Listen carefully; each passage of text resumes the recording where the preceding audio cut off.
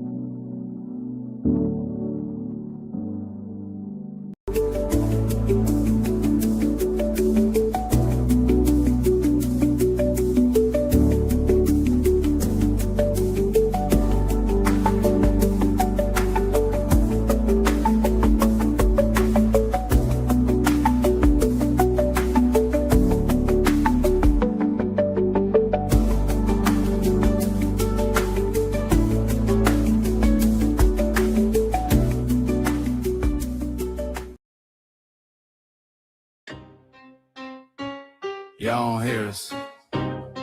Pull up a seat and motherfucking listen.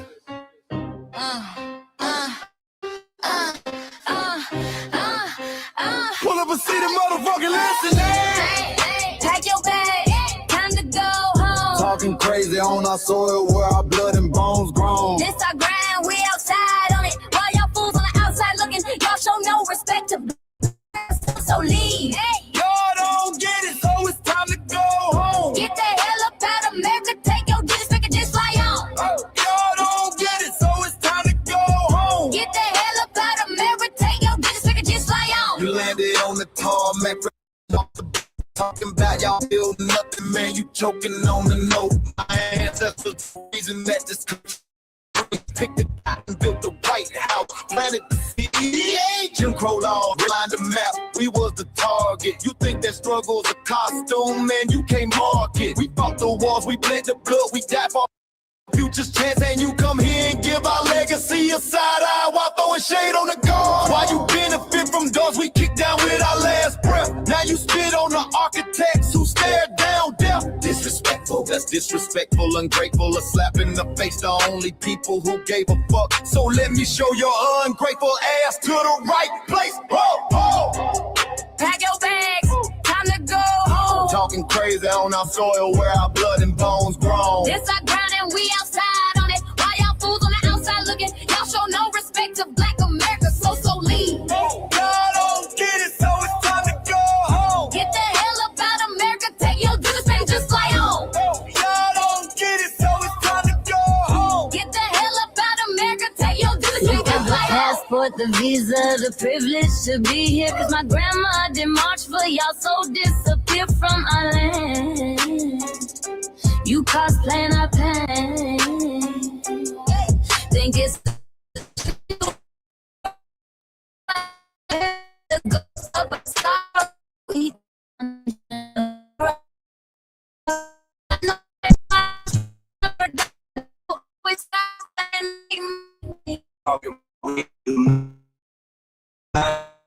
We do nothing.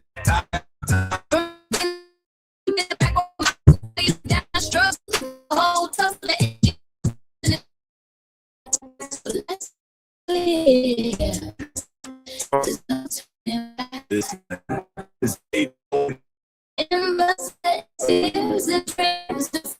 you don't get to come into our house. We've been from the dirt. And y'all ain't working. Violating facts.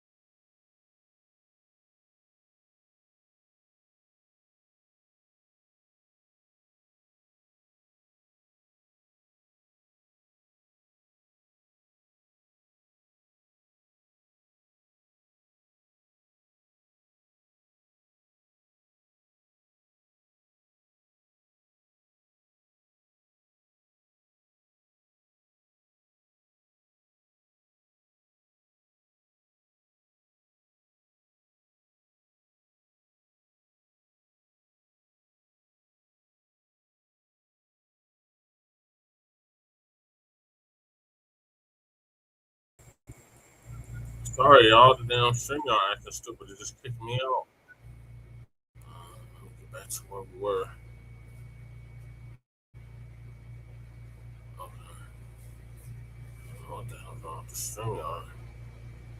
Just kicked me out.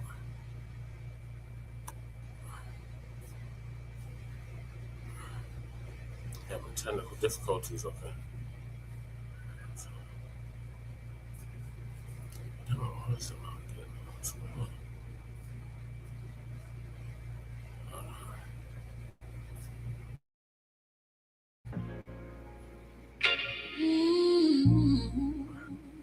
Yeah.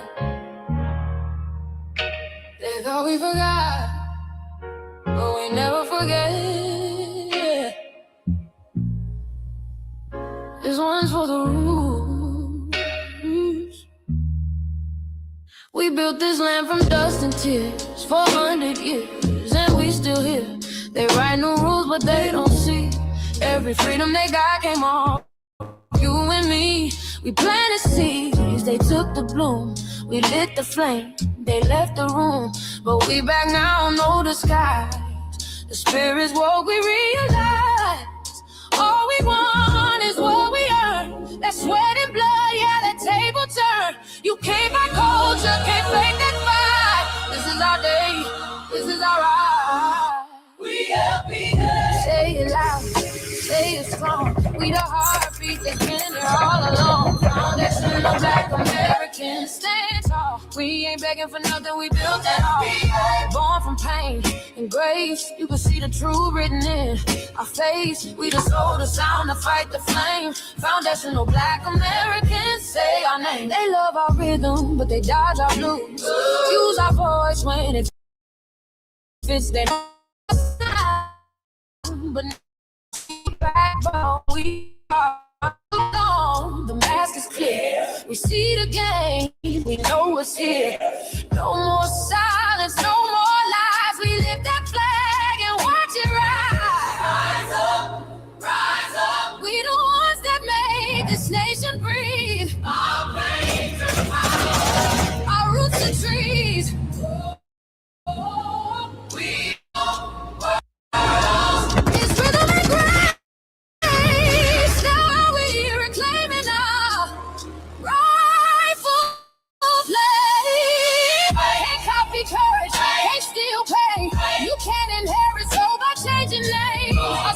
done. It's the revival.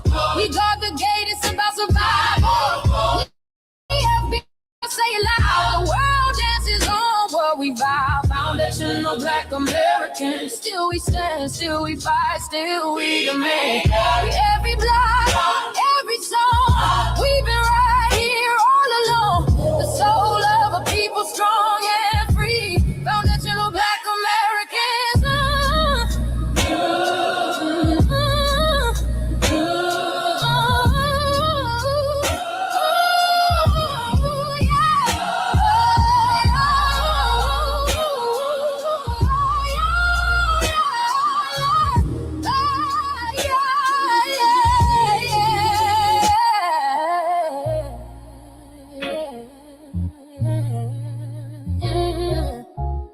We the first, we the rule, we the fire.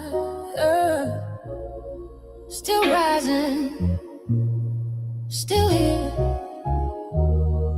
Foundational Black American.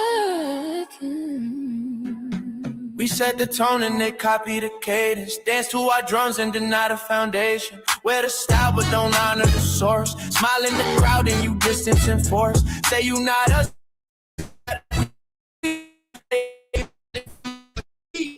I ain't mad, I'm just glad. I ain't here to cancel no. Just keep it on and keep it solid. If you eat from the table we built, don't act surprised we guard it. Do you like that? Do you like that? When the flip goes down and I ride. Do you like that? Do you like that? Do you like that? That's how I feel when you borrow my culture. Then we never matter. Hip-hop.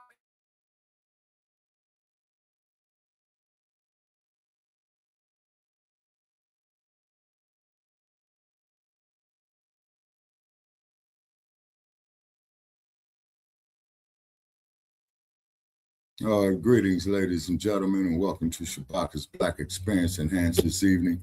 The air date of this episode is April the 21st, 2026.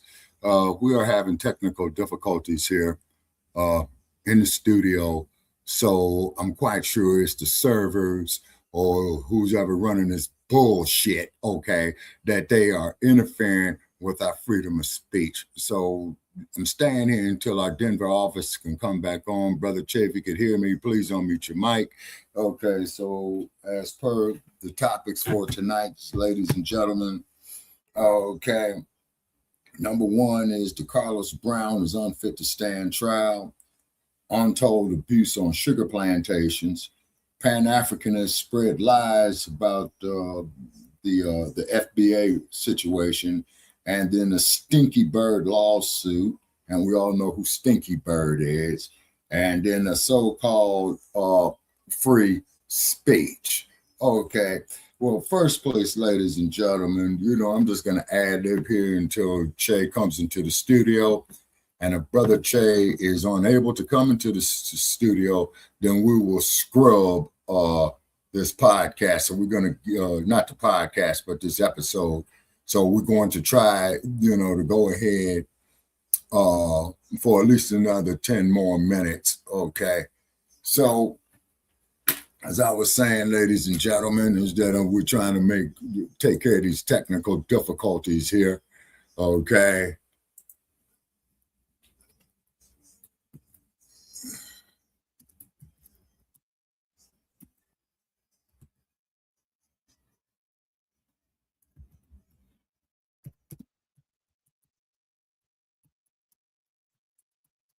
All right, so I'm back.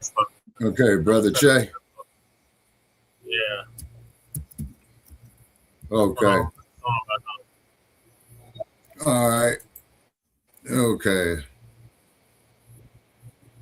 All right, and then just like what Mac 285 says, they really messing with this stream, man. You know what I'm saying? And what have you. No, because I'm out here, man. It's 82 degrees and we got high winds out here. And then I was going on the you call it success, but don't confuse the two. East came after what we went through. You abandon your land and call it strategy. You wave that flag loud, but won't return to build your legacy. That contradiction tells the story for you.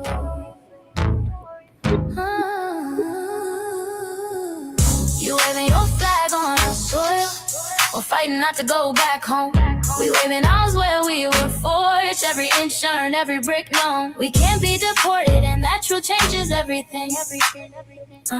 We can't be deported, and that truth changes everything.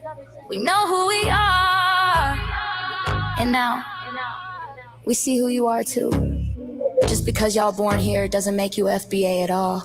It makes you an American citizen. It's biologically impossible to be us because it's a lineage, not some damn costume you can just put on to look cool. You immigrants and immigrant Americans has used our culture as an access card, a backstage pass to our culture. Now y'all have to look in the mirror. Our sense of humor, the aesthetics, and mannerisms, the style of dress, the smoothness, the creativity, our genres of music, innovativeness, our slang, our warrior spirit by staying on our homeland and fighting and not fleeing to somebody else's land to beg for a better life and shit on the very people who fought to have us there. That's who we are. And we know who the hell y'all are waving your flag on our soil and fighting to make sure y'all don't. Go back.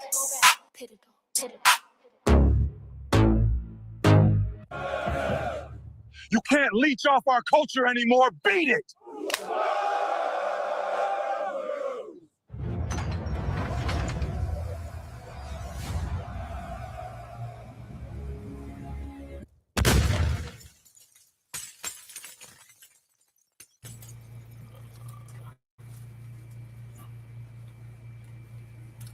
Shabaka, I put the link in the chat to share the video out. Oh, you did? Okay. Mike Larry, man. All right. You did it again. I don't see it. You're really making history.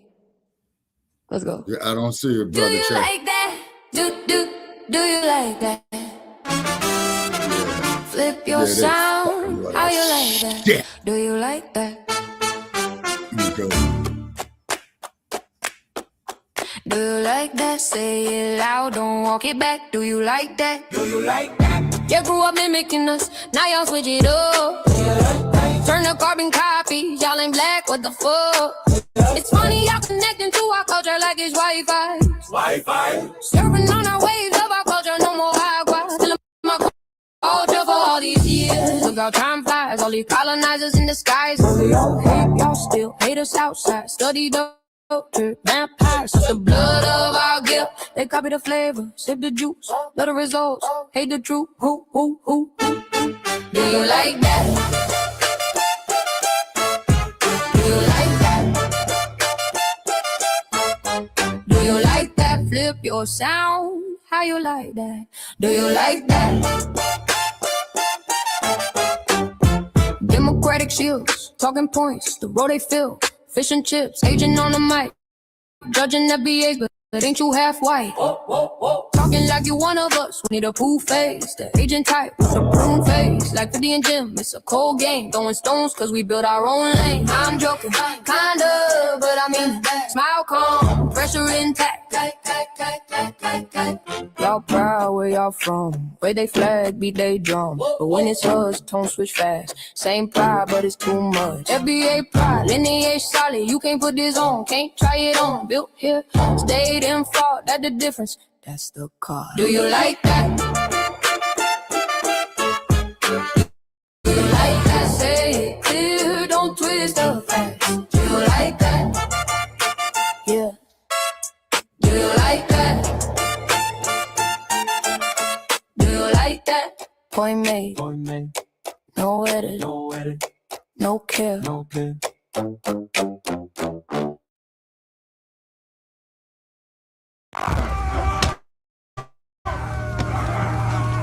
You know, erasing history is something that you have to do when it comes to conquest, domination, and destroying a people. If people knew who they were, and what they were capable of in the past, they will understand what they have a possibility or a likelihood of doing in the future.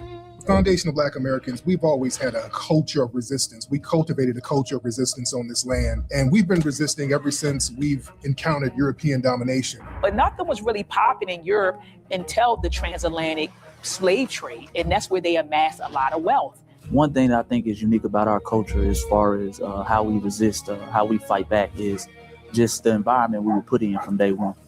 Being only 13% of the population, the white supremacists were very meticulous about keeping that population at a certain amount. There was never a period when we did not resist the encroachment of the white man.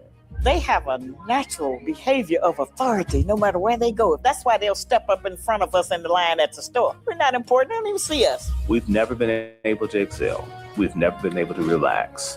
We've never been able to just be, which means that existence is resistance. It must be something in our DNA, our historical background, to when something doesn't sit right with us, especially spiritually, in our souls and in our spirit, we just say no. We live in resistance. You know, from the moment we're born, we're in resistance. and it's handed down generation to generation. And so I think that cultural resistance is actually in our DNA, in our epigenetics, and then it blossoms out into the culture. So there's almost nothing in America that we do, from song to dance to politics to the way we talk, the way we dress, having coded languages considered to be slang today. Everything about Black American culture is a form of resistance. Of course, they want to always downplay our contributions to the global tapestry because they continue to act like our number one export in this country is not Black innovation. Everyone understands that our resistance has been the cornerstone of what foundational Black Americans have always done. We are the life that breathes everything into this nation. The further back you go, the further Black you go. It's just simple like that, brother.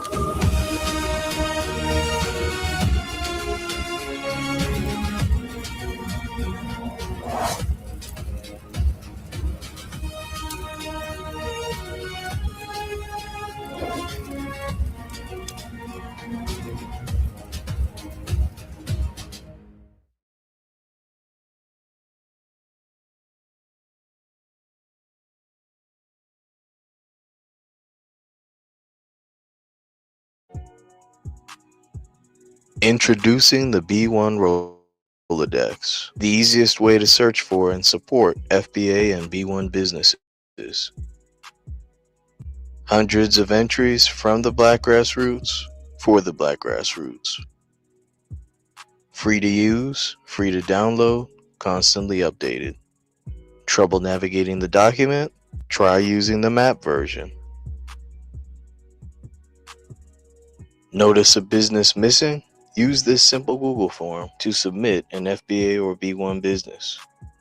Also submit anti-Black businesses, which are now being collected in that last tab. Find resources, contact numbers, and much more using the second tab. All the info you need to start practicing group economics today. Go to blacktruthunited.com. That's blacktruthunited.com. All right, go ahead, Shabaka. Shabaka? Yeah, man, we having technical difficulties out here, man. You know what I'm saying? Is because it's this goddamn wind out here that keeps this shit buffering. And I'm so sick and tired of these motherfuckers and their bullshit. Yeah. Go ahead with the intro, Shabaka. Damn. All right, thank y'all for tuning in to season 11. I apologize to our listeners right here, but I'm just frustrated because we're spending our motherfucking money out here, and I wish there was a way to haul this goddamn Streamyard into court and sue these motherfuckers. But look where they're based at. Yeah. All right, look go where they're based at. with the introduction, Shabaka. What's the matter, brother? Okay. Hey, Dynamite. Okay, ladies and gentlemen. Okay, season 11, episode 32. Our list of topics here. Number 1, DeCarlos Brown Unfit to Stand trial. Okay.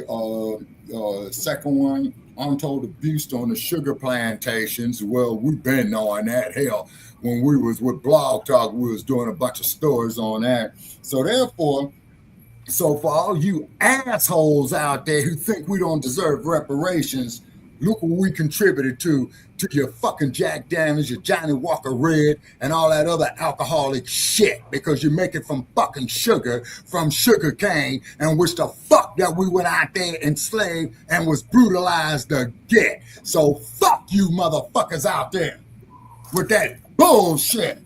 Now, also too, our third topic is Pan-Africanists spread lies about the FBA, which is the Foundation of Black Americans. Okay. Then also too, we got the stinky bird lawsuit, that funky, nasty, goddamn boy who owns Stinky Bird. Fuck him. Okay. And then we got something here called free speech. And then when we get all the complaints and shit like this here for this episode and what I've been saying, will prove the fucking fact that we do not have no free speech. Okay, we're going to turn it over to our Shabaka, there's still topics. You didn't get through all the topics. Keep reading. Okay, all righty. Okay, now I got to go back here to the email, Brother Chase. Sorry about that. You see, this is the shit that they are sending us through. Okay. All right, bear with me, folks. Okay. All right. Damn sure get advertisement from Bing. You know what I mean? Yeah, they don't have a problem coming through with their shit. Yeah, but as soon as we go up here and do ours, you know what I'm saying? It's all kind of glitches and all this old kind of shit. Oh, Lord. Okay, just bear with me, people. Boy, this is tiring, boy, I'm telling you. Yes. Man, we got a wind advisory. Whole charger. All right, so which means there's a process here. Where's the charger? Where's your charger? I have charged everything. Where is your other charger? My bag. Then get it out the bag. For what? So you can charge your phone. Okay. All right, Brother Che. Yeah. I'm gonna have to ask you to read all the topics, brother, because like I said, they are not letting me do nothing here on this end. And I do mean nothing. Okay. See, I can't even get the damn Facebook page up here, man, to share the fucking link out. Hold on. All right. Hold on. Okay.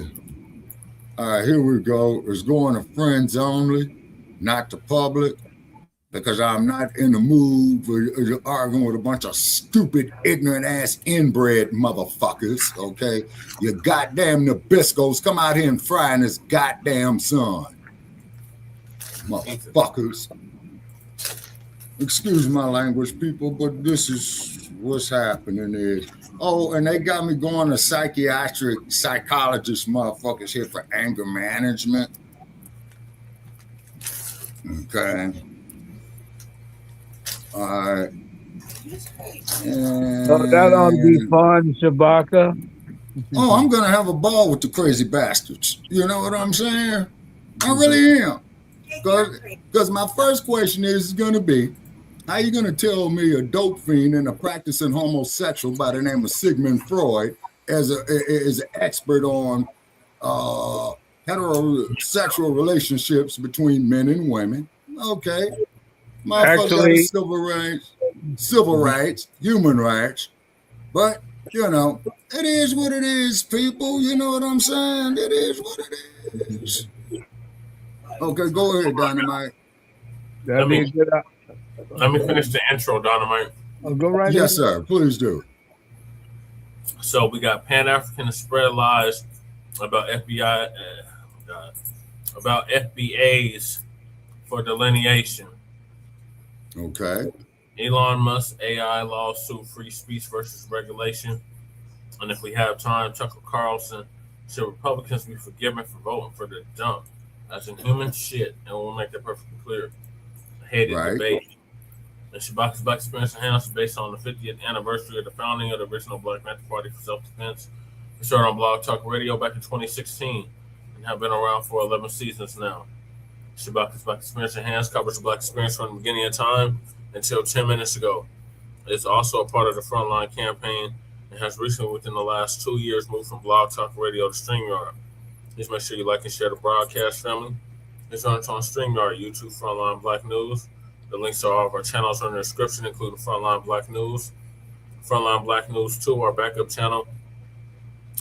Make sure y'all sub to that just in case they try to take Frontline Black News down again. And then we got my personal page, Jesse Parrish, aka Chan Krumer. Make sure y'all sub to that. That's where we stream all the city council meetings for Denver and Aurora and the local Denver and Aurora Black events. And then we got Lady Chase backup channel, Seduction Doll. Make sure y'all sub to that so she can start going live on that channel. Then we got her main channel, The Revolutionary Agenda, the RBA. Make sure y'all sub to that. And she will be dropping the RBA sometime this week. And then we got Shabaka's YouTube channel, Janet 1. Make sure y'all sub to that so Shabaka can start going live on YouTube. And then we got our cousin, our Loaster, who was live earlier, Jay Militant. out the Bay Area. What's Cracking TV with Jay Militant. Make sure y'all sub to his channel as well. Then we got our brother Kukizi out the Mile High. Kukizi 5100. Make sure y'all sub to his channel as well. Then we got our brother Breeze Omega, who's live right now out of VA, Virginia, by way of New York. Breeze Omega, and he just surpassed 1,000 subscribers. So salute to Breeze. Then we got our brother, the Church of Black Power, who's originally from Watts, California, who's now in Houston, Texas. The link to his channel is also in the description. And he just surpassed 2,000 subscribers, fast approaching 3,000. And then last but not least, we got our brother Black Truth United, who's been on hiatus, but did come up with the B1 Rolodex, which I just played the ad for, which is a modern day green book for FBA and B1 businesses. And the links to submit your business is in the description, and the links to the Rolodex itself is in the description. And yours truly is in the Rolodex for my political work. Then we got Council the Congressional Black Caucus and create a foundational Black American Caucus. The petition link for that is in the description. Then we got our sister Brooke, my niece, call to action. The link to that is in the description. And then we got Lady Chase GoFundMe. Donate to that if you haven't already. And then we got the 103-year-old elder GoFundMe, who was on the verge of losing her home in almost 40 years in South Central Los Angeles. So please donate to her if you can. And then we got my campaign for House District 8. Support me, Jesse Parrish, for House of Representatives in Colorado for House District 8. And the link to the website is in the description. And then we got copyright disclaimer under Section 107 of the Copyright Act of 1976. Allowances made for fair use for purposes such as criticism, comment, news reporting, teaching, scholarship, education, and research. And I do not own the rights to the music. And if you don't understand racism and white supremacy, what it is and how it works, everything else you think you understand will only confuse you in all 9 or 10 areas of human or people activity. And that is economics, education, entertainment, labor, law, politics, religion, sex, and war, and some say health and nutrition, in all 9 or 10 areas of human or people activity. And that was by Mr. Nelly Fuller Jr., who transitioned exactly a year ago at the age of 95, ProduceJustice.com. And when you're a Black person or captured by any race soldier, you must never fuss, fight, or flee. Comply and defend yourself in court, also by Nelly Fuller Jr., ProduceJustice.com. And then we got racism, white supremacy as conscious and subconscious behavior to maintain white genetic survival, to prevent white genetic annihilation. And that was by the late, great master teacher, Dr. Francis Cress Welsing, who transitioned exactly 10 years ago at the age of 80 and would have been 90 as of 2-3 weeks ago. And shout out to our FBA brother, Tariq Nasheed, for paying for her funeral, along with several others. So those are the topics. Make sure y'all hit that like and subscribe button. All right, Shabaka, we need to hop right into it with DeCarlos Brown deemed unfit to stand trial, and Black Power Dynamite. Thank you for joining us. Okay. All righty. And they probably determining that brother, if it's who I think it is, they're determining him to be unfit. Okay. That just sounds like some shit that they would do in California. So therefore, they'll declare you to be unfit. Then they'll incarcerate you until a mental institution until further notice. 2 days, 3 days, 200 years. Then they'll determine you fit to stand trial. Okay, so which means is that all your methods to defend yourself has been exhausted. Okay, they'll turn it over to the district attorney's office to let them to decide. And then the judge and the kangaroo courts will sit up there and go with the district attorney. Why? Because all these individuals are lawyers, okay? All of them are doctor of jurisprudence. You see what I mean? Okay. And so they all went to law school together. So in my opinion, based on that, it is a kangaroo court. And keep in mind is that they have certain ways of dealing with us. You see? Yep. All right, I got it pulled up. I just got to get my cue in the right order. So when I put that brick wall up there, that means I'm mad today. Okay. Obviously, you've been cussing up a storm since we started. All right. Is this going? And I approve of the messages, you know what I'm saying? And this is for those over the age of 18 years old. So if you're 17 and 360 days old, don't come on this podcast. You got to be 18 years old, even if today is your birthday, which is April 21st, 2026. So if you're 18 years old today, you're welcome to come up here. So if you're not 18 years old yet, and if you'll be 18 years old tomorrow, do not come up here. Okay. Daddy, we gonna really gotta take that chance, huh? Lady Che, I do not put nothing past these bastards, and I do mean absolutely nothing. All right, so the good Professor Black Truth going to give us an update on this. All right. Shout out to the professor. And April is New Black Media Appreciation Month. Oh, it's muted.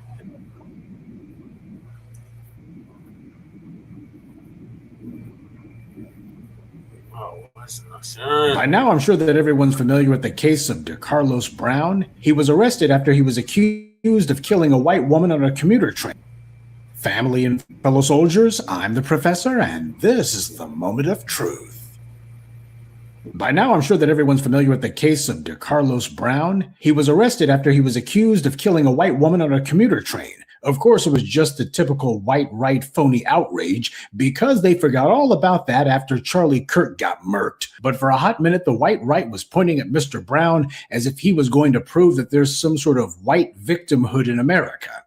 Well, you're probably wondering what's happened with that case, and here's what's going on. In addition to first-degree murder, Mr. Brown also faces a federal charge alleging that he committed an act of violence resulting in death on a mass transportation system. Both the state and federal prosecutors are seeking the death penalty. By the way, does anyone remember when they sought the death penalty for the murderers of Ahmaud Arbery? Those guys were also tried at both the state and federal levels. Mr. Brown's attorneys filed a motion in Mecklenburg Superior Court seeking to continue what's known as a Rule 24 hearing. That's a hearing in which a judge determines whether prosecutors can pursue the death penalty. You see, Mr. Brown was evaluated at Central Regional Hospital, a state psychiatric hospital in Granville County, after his attorneys expressed concern about his mental state. And on December 29, 2025, a report was issued indicating that Mr. Brown was incapable to proceed to trial, according to the motion filed by one of his attorneys. The next step from here is supposed to be a capacity hearing in Mecklenburg Superior Court, at which a judge will determine if Mr. Brown should stand trial. That's going to be a little difficult, though, because Mr. Brown is currently in federal custody, and his attorneys have pointed out that the hearing cannot happen under these circumstances. Mr. Brown is also undergoing a separate psychological evaluation in the federal prison system. A report from that evaluation is expected later this month. If Mr. Brown is deemed mentally incompetent to stand trial, a judge will have to hold a capacity hearing in federal court. The state trial is also at a standstill while Mr. Brown is in federal custody. He won't go to trial in either court until questions surrounding his mental state are resolved. Now, this development that the psychiatric hospital he was at determined that he was incapable to proceed to trial, that's gotten those on the white right very angry, very salty pretty much. But I don't know why the boy's own mother tried to have him involuntarily committed after he was released from prison. So people were sounding the alarms years ago. It's just that nobody listened.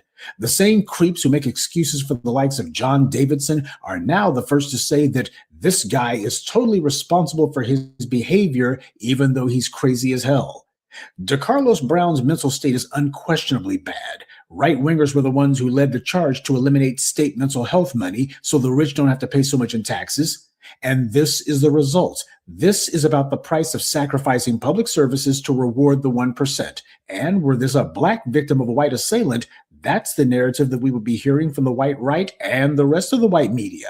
And just to show that when it comes to situations like this, there is no difference between the white left and white right medias, the New York Times had previously written a story about Mr. Brown's run-ins with the law, in which they had the gall to take a quote from one of the smear merchants at the Manhattan Institute, which those of you who listen to me know they are the employers of people like Christopher Rufo, Douglas Murray, Heather McDonald, and the self-hating John McWhorter. Everyone in the white media knows that the Manhattan Institute's entire purpose is to push as much anti-black rhetoric as possible, and to have pseudo-intellectuals who aren't qualified to get hired by a reputable university or college spew their filth under the guise that this is some sort of half-brained scholarship.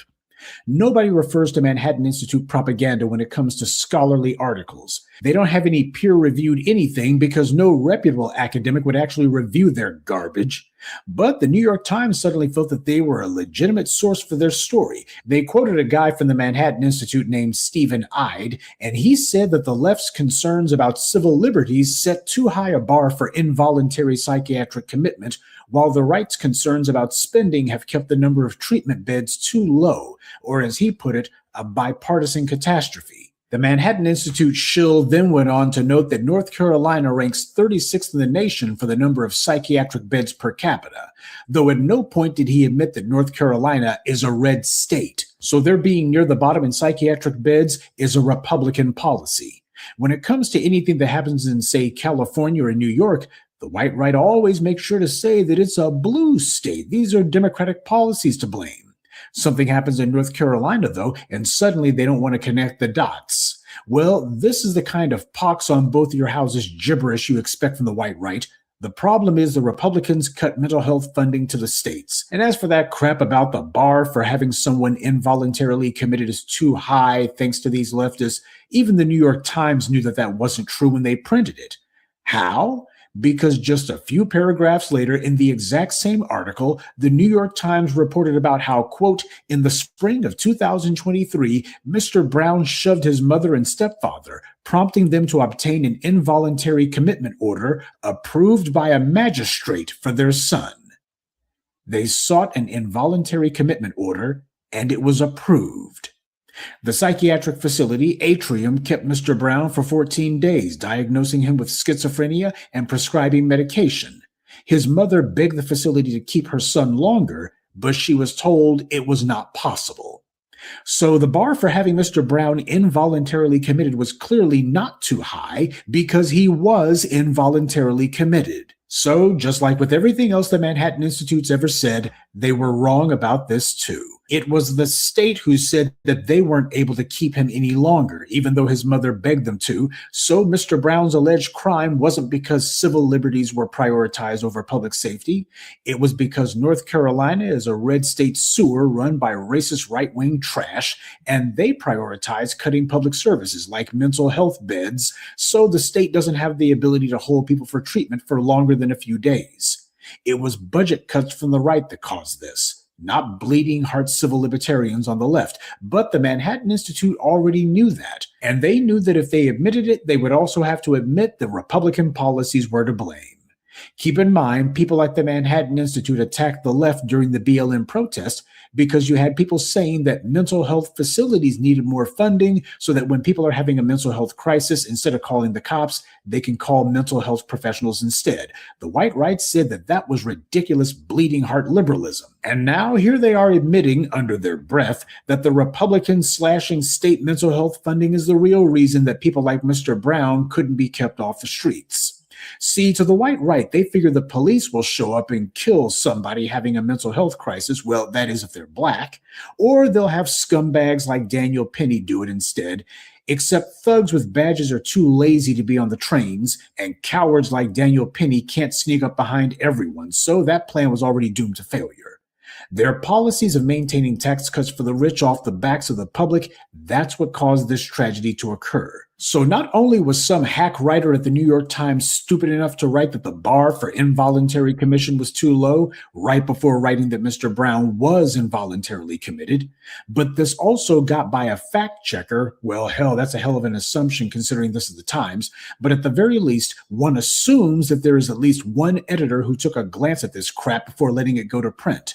So this open, blatant contradiction got by both the stupid writer and the incompetent editors at the New York Times. This is what happens when you let incompetent racists feed you your talking points. You wind up looking like an idiot. A foreign white woman is killed, and the white right made a phony cause celeb out of it. They were shameless about it to a cartoonish degree, and as part of their pathetic political theater, they even wrote some laws. The Republican-led North Carolina legislature passed a bill named after the white woman who was killed, and the governor of North Carolina, a Democrat, signed it into law. Say, remember when those legislators passed that law after Dylan Roof murdered all those black women? And there's Governor Maryland, right? the legislators passed that law named after George Floyd, or that law named after Breonna Taylor, or Elijah McClain, or a Tatiana Jefferson, or Walter Scott, or Laquan McDonald, or any of the Black victims of these white race soldiers? Me neither. And those were American citizens. Meanwhile, they had hearings and began prosecutions, plural, for somebody who's not even a citizen. And it came as no surprise to anyone that the same Donald Trump who bragged about closing the border and who made most of his campaign about keeping immigrants out, except for the white ones from South Africa and from Ukraine, he also invited the family of the deceased to the State of the Union address. So he's fine with immigration so long as the immigrants are white. But then again, this is no shock to anyone. The racial imbalance in how policymakers reacted to this incident, that's why we need an anti-Black hate crime law. But as you saw, it was a Democrat who signed off on that law in North Carolina. Both political parties are on code against us, and yet you still have idiots on both sides trying to tell Black people that we need to back one party or the other. This is the entire problem with Black people constantly looking for allies. And what's another word for ally? A friend? Well, we're a group, and groups don't have friends. Groups have interests. Everyone else understands this fact. We should too. People can be mad all they want about this psychiatric hospital releasing their evaluation that the man's not fit to stand trial. But why is it that whenever we have all of these mass killings or racial killings, you got individuals who these same institutions say are crazy or at least not fit to stand trial, and nobody's outraged about that? Whenever someone from the dominant society commits some heinous crime, particularly a mass killing, the very first thing we hear from people who are not mental health professionals is, well, they must have been crazy. The white media's standard stock narrative for these kind of crimes is, oh yeah, he was crazy, all right. He had to have been because, he's from the dominant society. So if he exhibits any sort of antisocial or violent behavior, well, that's some sort of wild fluke. It's certainly not normal. I mean, he must be crazy. That's what they always do. Yeah, well, in this case, then, Mr. Brown, he should be seen the exact same way. That is, as long as we're not being racial, right? As long as we're not simply saying that this is some sort of phony racial narrative that only gets dragged out when it's convenient to white power. But we all know what the truth happens to be. Were Mr. Brown anything other than Black, you better believe that the same right-wing nuts who are trying to make so much hay about it, they wouldn't be saying anything at all. And we know that's true because when Charlie Kirk was killed shortly after that Ukrainian woman was, those same right-wing nuts dropped the story. They didn't care about Ukraine, didn't care about her, didn't care about passenger safety on trains. And instead, it was all about, look at the next white victim, Charlie Kirk. Political footballs in the game of power politics. That's what's going on here. But as far as I'm concerned, if all of these mass killers who we know that there's nothing wrong with, if these guys automatically get told that there must be something wrong with them, they have to have some sort of screw loose and that they can't stand for trial because clearly they need mental rehabilitation, not prison bars. Well, if that's the standard that it is for all these other guys, then don't whine when somebody says that should be the standard for Mr. Brown as well. Because to have a two-tiered system based entirely on skin color, well, that is what's crazy. Good day and be one. I'd like to take a moment to mention some of our contributors. Stay Positive, Mason, Foe of the Munafakeen, Gregory Franklin, and Omari Howard. Salute to them and thank you to everyone for listening, liking, and sharing this message. Black empowerment only exists because... Well, only thing I can say about that there, ladies and gentlemen, okay, why are we not surprised? And plus that there too, this episode is being shadow banned, by the way, okay? And I see we got somebody there. Remember, they were all up in arms when this happened, Shabaka. Right. And now they're upset because he's not facing trial for what he did. But they didn't have no problem looking up Lady Chay's dude, what's his name? Daryl Brooks Jr. that ran over all the white people at that parade in Wisconsin. Oh, yeah. That was a couple of years ago, and I see Dynamite fell off. Oh, there he is. Okay, Dynamite is back on. Okay, so therefore, people there are really messing with the algorithms on this Crew, you crew, can't come up. you are banned. Get your ass up out of here. You are banned.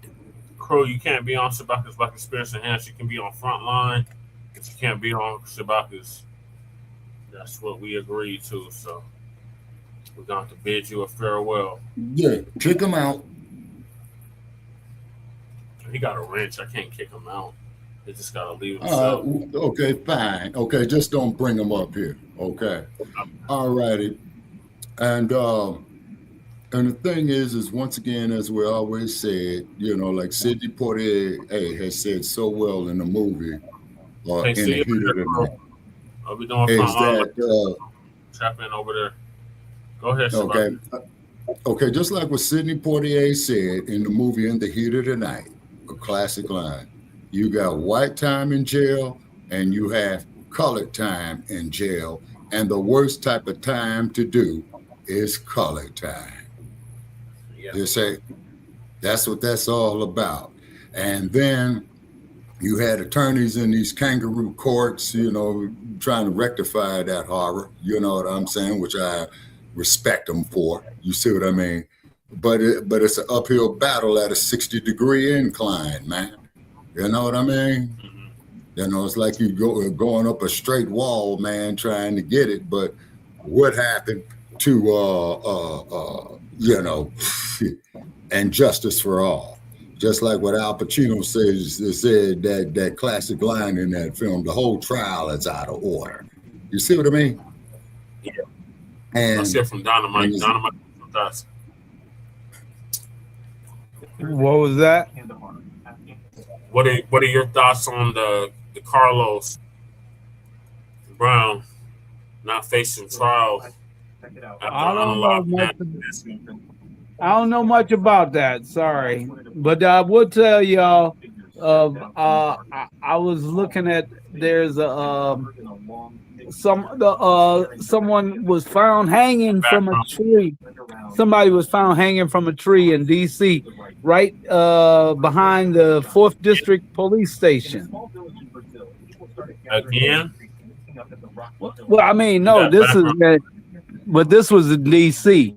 Right next to the 4th District Police Station at that. So, I mean, they gotta have video on that, you know. Hey, Goddess. Was this recently, Dynamite? Yeah, about 7 days ago. They put it up. But yeah, and it was right outside of the police station. And weird thing about it is they didn't put it on. I didn't see it on any big broadcast, local news broadcast, except a little sidebar. Yeah, a little sidebar. That was it. But it was a 19-year-old Hispanic man, and the location that they found him is like the rear of the police station. Yeah, because I remember. Okay, not cutting your wisdom. Oh, go ahead, brother. Okay, it seems to me if he's found 20 feet from the police station, that should be the main place where the investigation should start. I would think that they might have something to do with it.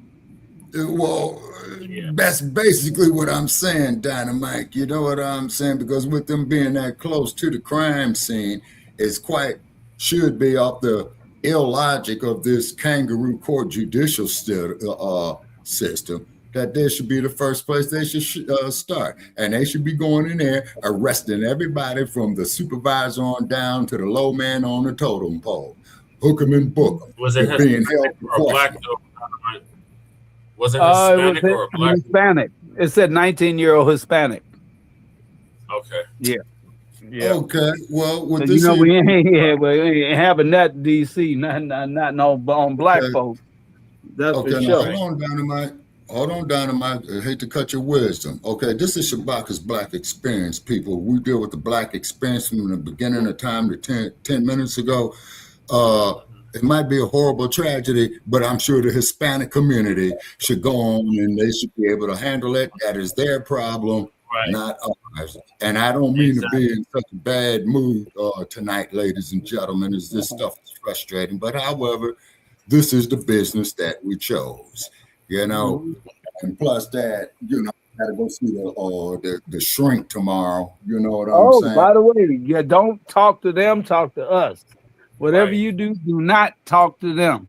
Don't tell them nothing. Tell them in your mind, everything is sunshine and butterflies in your head. There ain't nothing ever been wrong. Are you, let me ask you a question. Are you easily angered? Nope. Not at all. It take a whole lot to get me angry. Yeah.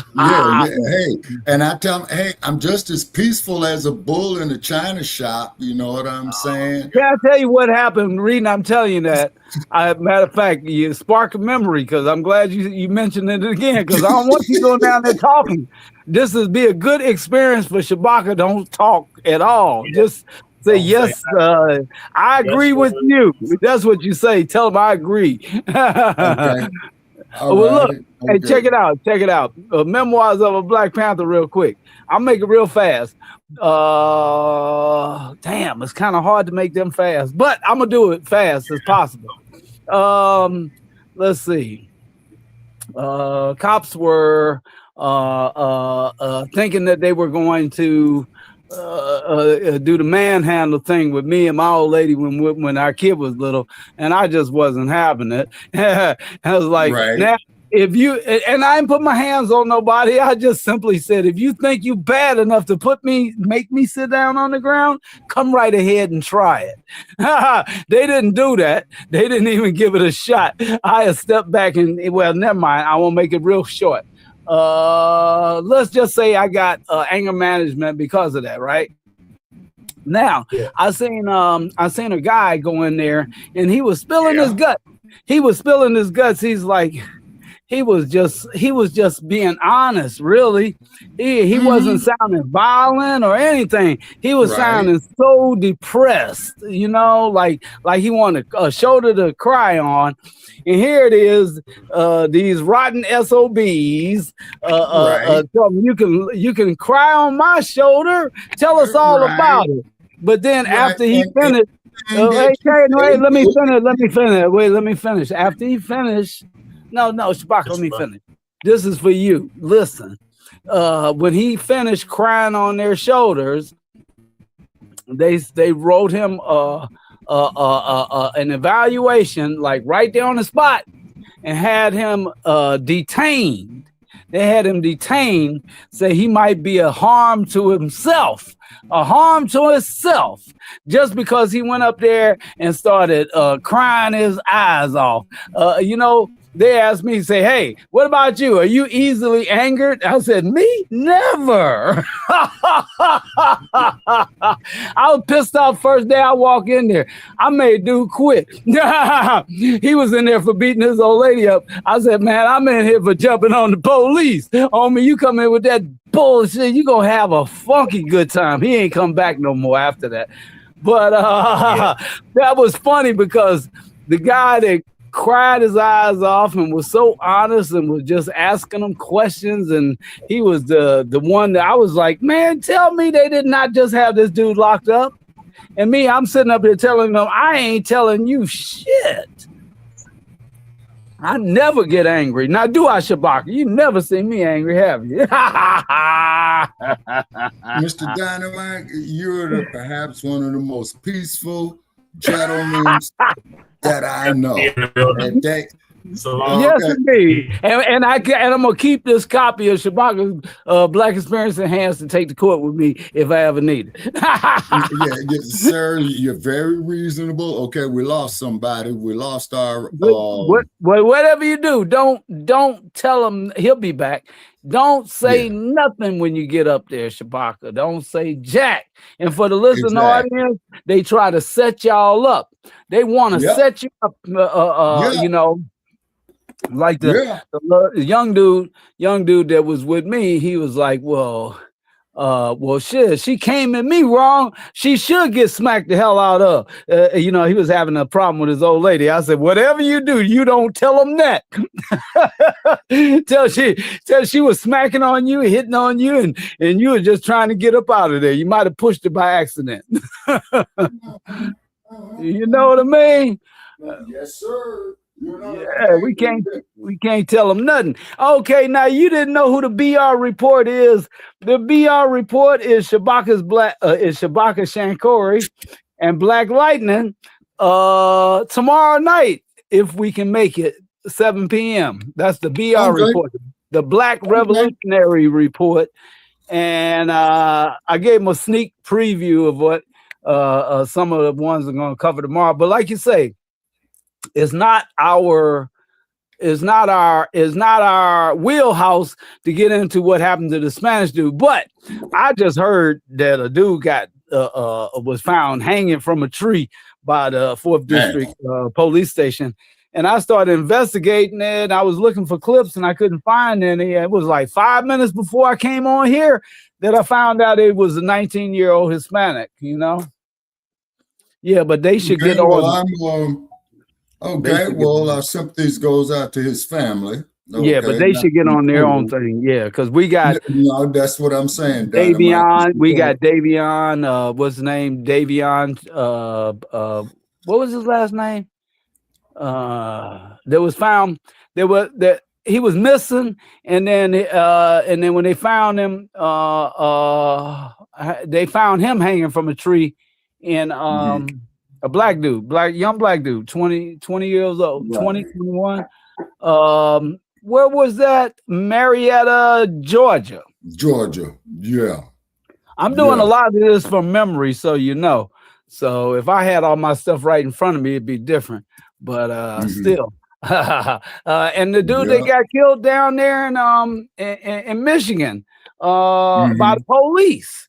He got killed by the police. They chased him down on a bicycle, and then he ran behind them dumpsters, and then they shot him in the back. Well, actually, they sicked the dog on him first, and he was face down with the dog on his back, and then they shot him in his back. Yeah, sure did. What was his name? I gotta think of his name. I remember his middle name, Trey. Yeah.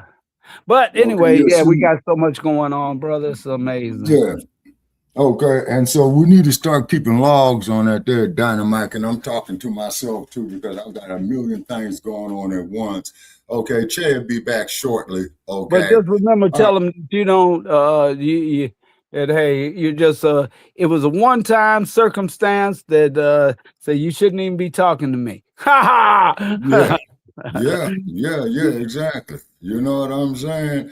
And then the cold part about it is that these here are a lot of cases of dynamite that they have in California, something similar. Well, okay, and that's why they hated Johnny Cochran so much, man, because, you know, Mr. Cochran, you know, may he rest in power, you know, went pro bono a lot of times on this. Now, another case that I'm going to bring back out of Los Angeles County, and I don't know if Goddess Navi is familiar with this one, okay, is the Eula Love case. Okay, that there was 1979.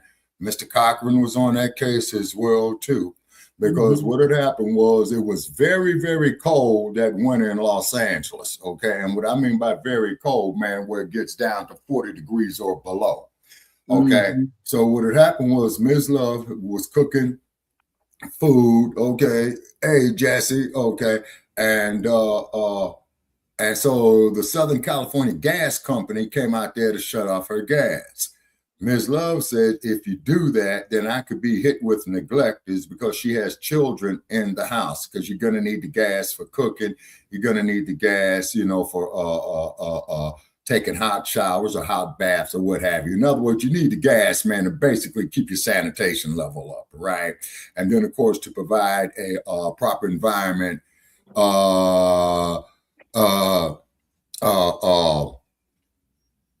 know, for the children. So the Southern California gas man came out there to shut the gas off. She said, hey, please, please, please don't. So he proceeded anyway. So she popped him upside the head with a shovel. So he called the LAPD, and they put 32 bullets in this woman. Now, as you know, with a 9mm, you got 1 up and 10 down, right? No, is it 1 up and 15 down? You talking about a motorcycle? No, sir. No. I'm talking about a 9mm. I believe it's 1 up and 15 down. Yeah. So, wait. No, the clip might be like 15-round clip, but I don't know about the up and down. You just put all the bullets in. Okay, what the up is, where the up is, you take the full clip dynamite, okay? You load it, you pull back the slide, and you got 1 in the chamber. Okay? Yeah, that's 1 in the chamber. Right. So when you discharge the round, then the other 15 are gonna come up. You see what I'm saying? Automatically. Okay. So Daryl Gates and his book called Chief that I've read twice, who is an avid bigot, and may Mr. Gates, Chief Gates, or whatever, that you rest in piss. Okay. He's talked about this thing called rapid fire syndrome, where the police officers are so stressed out in a situation that they lose count of how many times they fired. But however, is that they are trained to kill. And as Goddess Navi stating, any one of them would have done the same thing. They didn't have to kill her. You are absolutely correct, Goddess Navi. Here's a black woman trying to provide for her children, right? Now, the gas man could have went up there and called up his supervisor and said, okay, well, we have a hardship case right here because it's so cold in LA this time. So we're going to give the woman at least 3 or 4 days, to come up with, to keep the gas on. Now, in the event that she could not have kept the gas on, this would have gave her time to maybe have her children go stay with relatives or what have you. They say, but to quote Brother Che, in a perfect world, you see what I'm saying? In a perfect world, and yes, Goddess Navi, Daryl Gates was an avid racist. I read his book, Chief. You see what I'm saying? And he had stated, and this is a direct quote out of his book called Chief, that he was a disciple, a disciple of William H. Parker, who was the police chief of the LAPD from 1949 to 1966, okay? But he stated that he was going to keep the LAPD real clean. So therefore, when they have, how should we say, individuals with questionable backgrounds who's saying that they're going to retire in Los Angeles, he will meet them at the train station. He will meet them at the airport and let them know, look, we know who you are.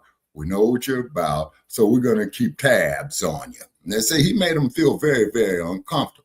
And then quite naturally, of course, when it came to the Black Panthers, okay, all right, the goddess you're saying is you meant the guy that cut off her gas, Shabaka, and I'm not familiar with Daryl, but has heard you mention him numerous lives on previous lives, though.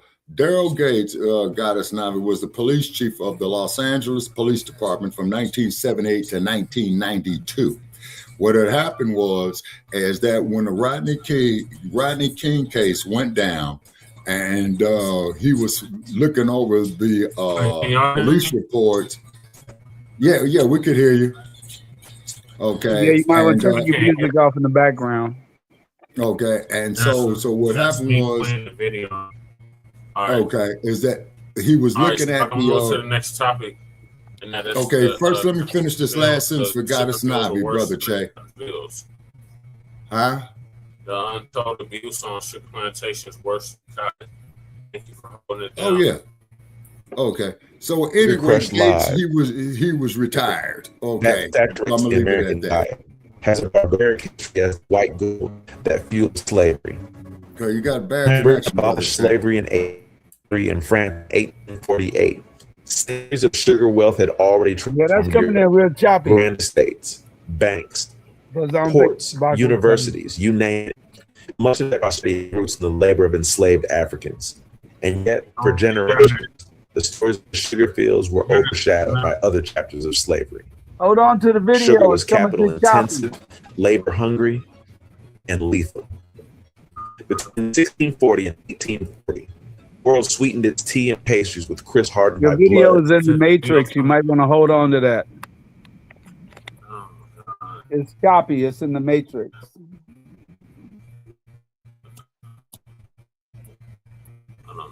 Now, the reason why that they wanted to get that sugar out is because, you see, this is what makes your Johnny Walker, your Jack Daniels, your E&J brandy. You see what I'm saying? You know, just like when they had the Montgomery brawl, you know what I'm saying? You had a lot of those Nabiscos out there with that false courage, and they went out there, started a fight, and they literally got their asses whooped that they brought on themselves. But you see, we're not supposed to be violent. We're not supposed to stand by there and protect our families. We're supposed to sit there and allow our daughters and our babies to be raped. You see what I'm saying? And this is why I have a problem with these chicken pecking, ass scratching Uncle Toms. You know what I'm saying? Yeah, got us snobby that garbage called liquor, of course, you know? And then got us snobby. Okay, and then got us snobby up in Oakland, California. This must have been about 2016, 2017, if memory serves me correct, right? There were members, how should I say, of the Nation of Islam that was going into liquor stores in the Black community in West Oakland, okay? And they're going in, they'll greet the Muslim dudes, you know, with Assalamu alaikum, you know, may peace be upon you, and ask them, do they serve alcohol? And the Middle East Muslims said yes. They said, okay, man, you're going to quit selling it to our people. We don't care if you sell it to these Nabiscos. So what they did was, sister, they commenced to destroying it and putting work in. You see what I'm saying? Mm-hmm. You see? And so, and I had to agree with it. You know what I mean? And then, I hate to say, okay, but then I had a friend, a former friend on Facebook who told me he was a businessman and that I was stupid and that I was full of hate. So he says to me that he owns 4 liquor stores. And I informed this individual that you are worse than a dope peddler. You see what I'm saying? Because alcohol causes diabetes, addiction within its own right. And I had to block the dude, you see, because I wasn't going to sit up there and argue with him.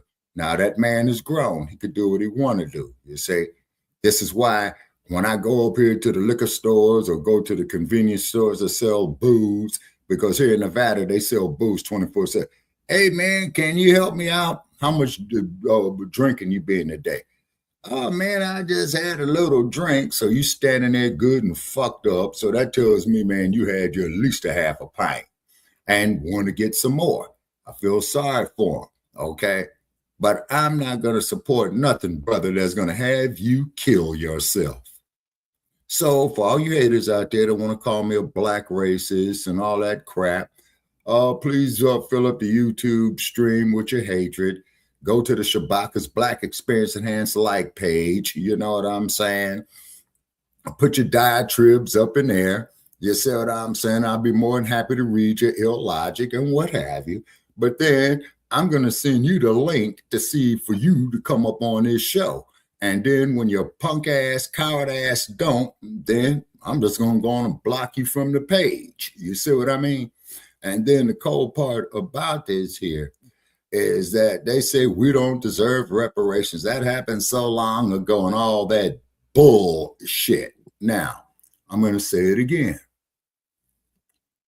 Without that initial investment that they spent on slaves, making that sugar cane, the gross national product of the United States benefited greatly from it, even to this day, off of the concept of reinvestment. Now, when they left their money to their descendants, who is going to carry on their agenda, you see what I'm saying? They parlayed it again and again and again, made more money. And then keep in mind that they would not have been able to make that money had it not came off of that initial investment. You see what I'm saying? Okay. And the only thing I can say about it, man, you know, to do that, okay, that's just the law of economics, you see. But when we come up there with it, then they're going to sit up there and say that we're racist, and we're in no position to implement any type of racism. We control no police departments. We don't control no major industries. Lord knows we don't control no damn banks. You see, we do not control any high tech. So we are not in no position to implement any type of racism. You see what I mean? Give me some feedback on that, Dynamite. Okay. Yeah. They, put the drugs and alcohol into the Black communities to tear the family apart and make sure that the men do something stupid under the influence of alcohol to wind up in jail, or or to ruin the family some kind of way, But yeah, they've been oh man, it's a triple cut with the sword, Dynamite. Yeah. It's a triple cut with the sword. But we let them. I mean, we allow it because just like the stores, the liquor stores in DC that we've shut down, the new Blacc Panther Party has shut down in the past. And just for them to just continue on business as usual, more shootings of more Black people the very next day, next week, next month, and to be the same spot all the time. And why can't we just say, hey, wait a minute, enough is enough of feeding the poison into our communities. We need to just shut them down, all the way. Right. Yeah, exactly. You see what I'm saying? And then, of course, as we do know, during the Reagan regime, when they put the crack cocaine epidemic in the Black community. Yeah, I was just thinking about that. They got over crack, they'll get over the damn alcohol. Yeah, right, exactly. You see what I'm saying? So now, it's like they got over what was before that, that Love Boat. Love Boat, they got over that. They got over crack, they back to weed, and they trying to poison the weed with the fentanyl. So y'all better be careful. Exactly. Like you said, you can soak it or see if you turn numb. Yeah, or see if your face turn numb right away, put it out immediately. Yeah, exactly. See, because when it starts turning yellow, rainbow colors and all that, them is chemicals. And to prove this, just get you a bucket of rainwater, spray some WD-40 in it. You're gonna see it change. Put any other like bleach or whatever, it's gonna change. You see what I mean? Yeah. You see, but the poison is the point of keep on introducing one poison after another. Yeah, exactly. And that's what the Queen Mother was saying about, and you know who I'm talking about. May she rest in power. You see what I'm saying? Okay. And then we got this new one. We got this new one coming out where just like they had COVID. So they like to spray chemicals over the cities, especially Black neighborhoods, to make them sick. To make them sick, they got a new thing called rotavirus. Now the rotavirus gives people diarrhea and make them throw up, and babies and young people. Well, infants and youth could die from it. It's called rotavirus.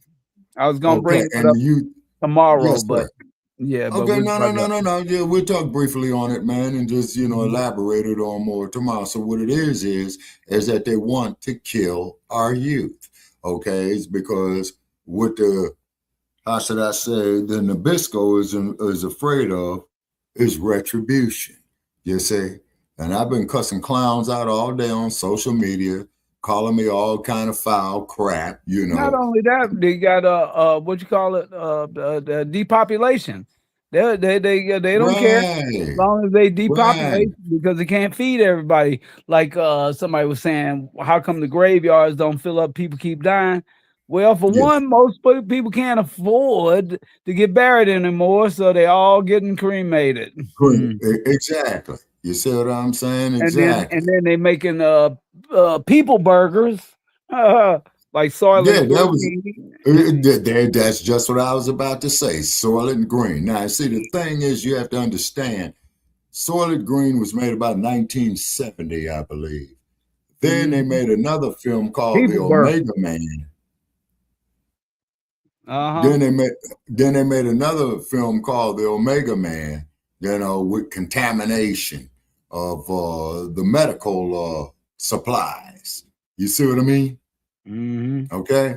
And then the cold part about it is that when we speak on such things, they always are coming back to us with the nonsense and hatred and stuff like that. Okay. Brother Chase states that he's restarting the house Wi-Fi. Okay. So once again, here they go messing with our algorithms. You see what I mean? Too. I look at it like that. It could be the weather or a lot of different things too, Yeah, God, well, out here. God, let certain things get out, like something like tomorrow for the Black Revolutionary Report at 7:00. I really want to dive deep into this, the motive behind Shamar Elkins shooting his 8 kids and wife in Shreveport, Louisiana tomorrow. Okay, I see Brother Chase. Yeah, I see Brother Chase back with us. Hey, what up, Shay? Black. Yeah, Black Power. Yeah, we covered that on Frontline Black News Dynamite. Yeah, we're gonna dive deep into it tomorrow because she was like leaving him, and he had told her before the relationship, if you ever leave me, I kill you, stuff like that. But they started to say, well, maybe he was in a homosexual relationship, and that's why. But that's what they saying on the internet. I ain't got. Who knows? We'll find out, right? but saying she had the goods on him, was gonna spill the beans. But why would he kill his whole family? That's crazy as shit. And he was in the military. He was ex-military at that. Okay, all right, deny that. There explains 90% of it right there is because he had them skills and they just kicked in. But them kids was 1 to 14 years old. I know, and the kids were innocent. And it was like one of them, was it the mother? I think somebody up on the rooftop with one of the other kids, and they the one that called 911. They jump off the rooftop. That's crazy. Hell, his name was Shamar Elkins, if you want to look it up. Okay, and you just okay. You breaking up again, Shay. Okay, Brother Shay, coming in choppy. Lives.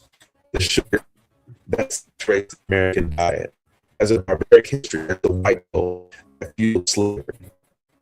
The abolished slavery in 1833 in France in 1848. Since wealth had already. Okay, yeah, that is coming in choppy, Brother Che. Okay, restart the Wi-Fi again. Okay, and make sure it has a power source all the way up to 100%. Use Ethernet. Use Ethernet if you're going to do video. Definitely use Ethernet. Don't use Wi-Fi. Use Ethernet. Okay, well, see, I have Ethernet Dynamite because I can't plug it into no phone jack here. Yeah, you got to be. I'm talking about on your computer. You got to be straight Ethernet. Have that shit hot wired.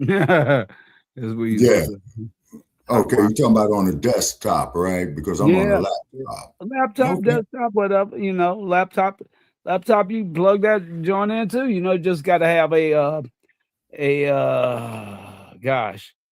switching board. I mean, not a switching board, a little thing where you can plug in a whole bunch of stuff. Right. I got a Ray-Q cube that you can plug about, 8-9 things into. Okay, yeah, because I see, that's why you're sounding real good, Oh, right now we on the phone, but lately, shoot, I'm going full force. We going with the we definitely need them contributions because the microphones ain't cheap. The cheapest ones I can find is worthwhile is 500 and something, but we gonna rock with it anyway, And I ain't got it like that on my end. Oh man, I hold it back. They got all these new cameras coming out, you know. Right. Now I've been looking at whatever is going to be Netflix ready, you know, so we can make a nice documentary, like a Panther documentary, and sell it to Netflix. Now I heard this one guy, he was talking about wait a minute, hold on one second. There's one guy, he was talking about he didn't see the point of using 8K and 12K because YouTube don't use that. I said, well, his mindset is definitely limited. I'm thinking about Netflix. Shit, not YouTube. You gotta go Netflix. Okay, that's so yeah, I've been seeing stuff out there from 6K to 12K. We getting ready to go all the way. Black out.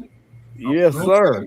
But we need them contributions from the public tomorrow on the BR report. All right. Okay. Let's try this again. If cotton bent backs, sugar crushed lives. The sugar that saturates the American diet has a barbaric history as the white gold that fueled slavery. By the time Britain abolished slavery in 1833 and France in 1848, centuries of sugar wealth had already transformed Europe. Grand estates, banks, ports, universities, you name it.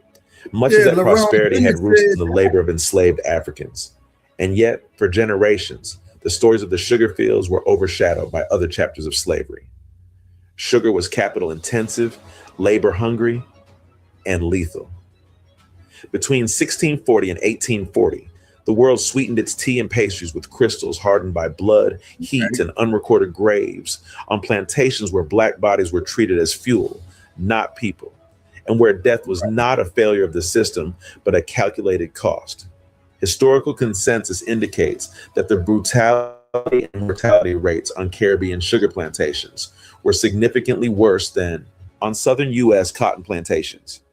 The conditions on sugar plantations were so severe that the enslaved population often experienced a natural decrease, requiring continuous importation of new enslaved people from Africa to maintain the labor force. Now let's go find out what living inside a sugar plantation is like for the black slave.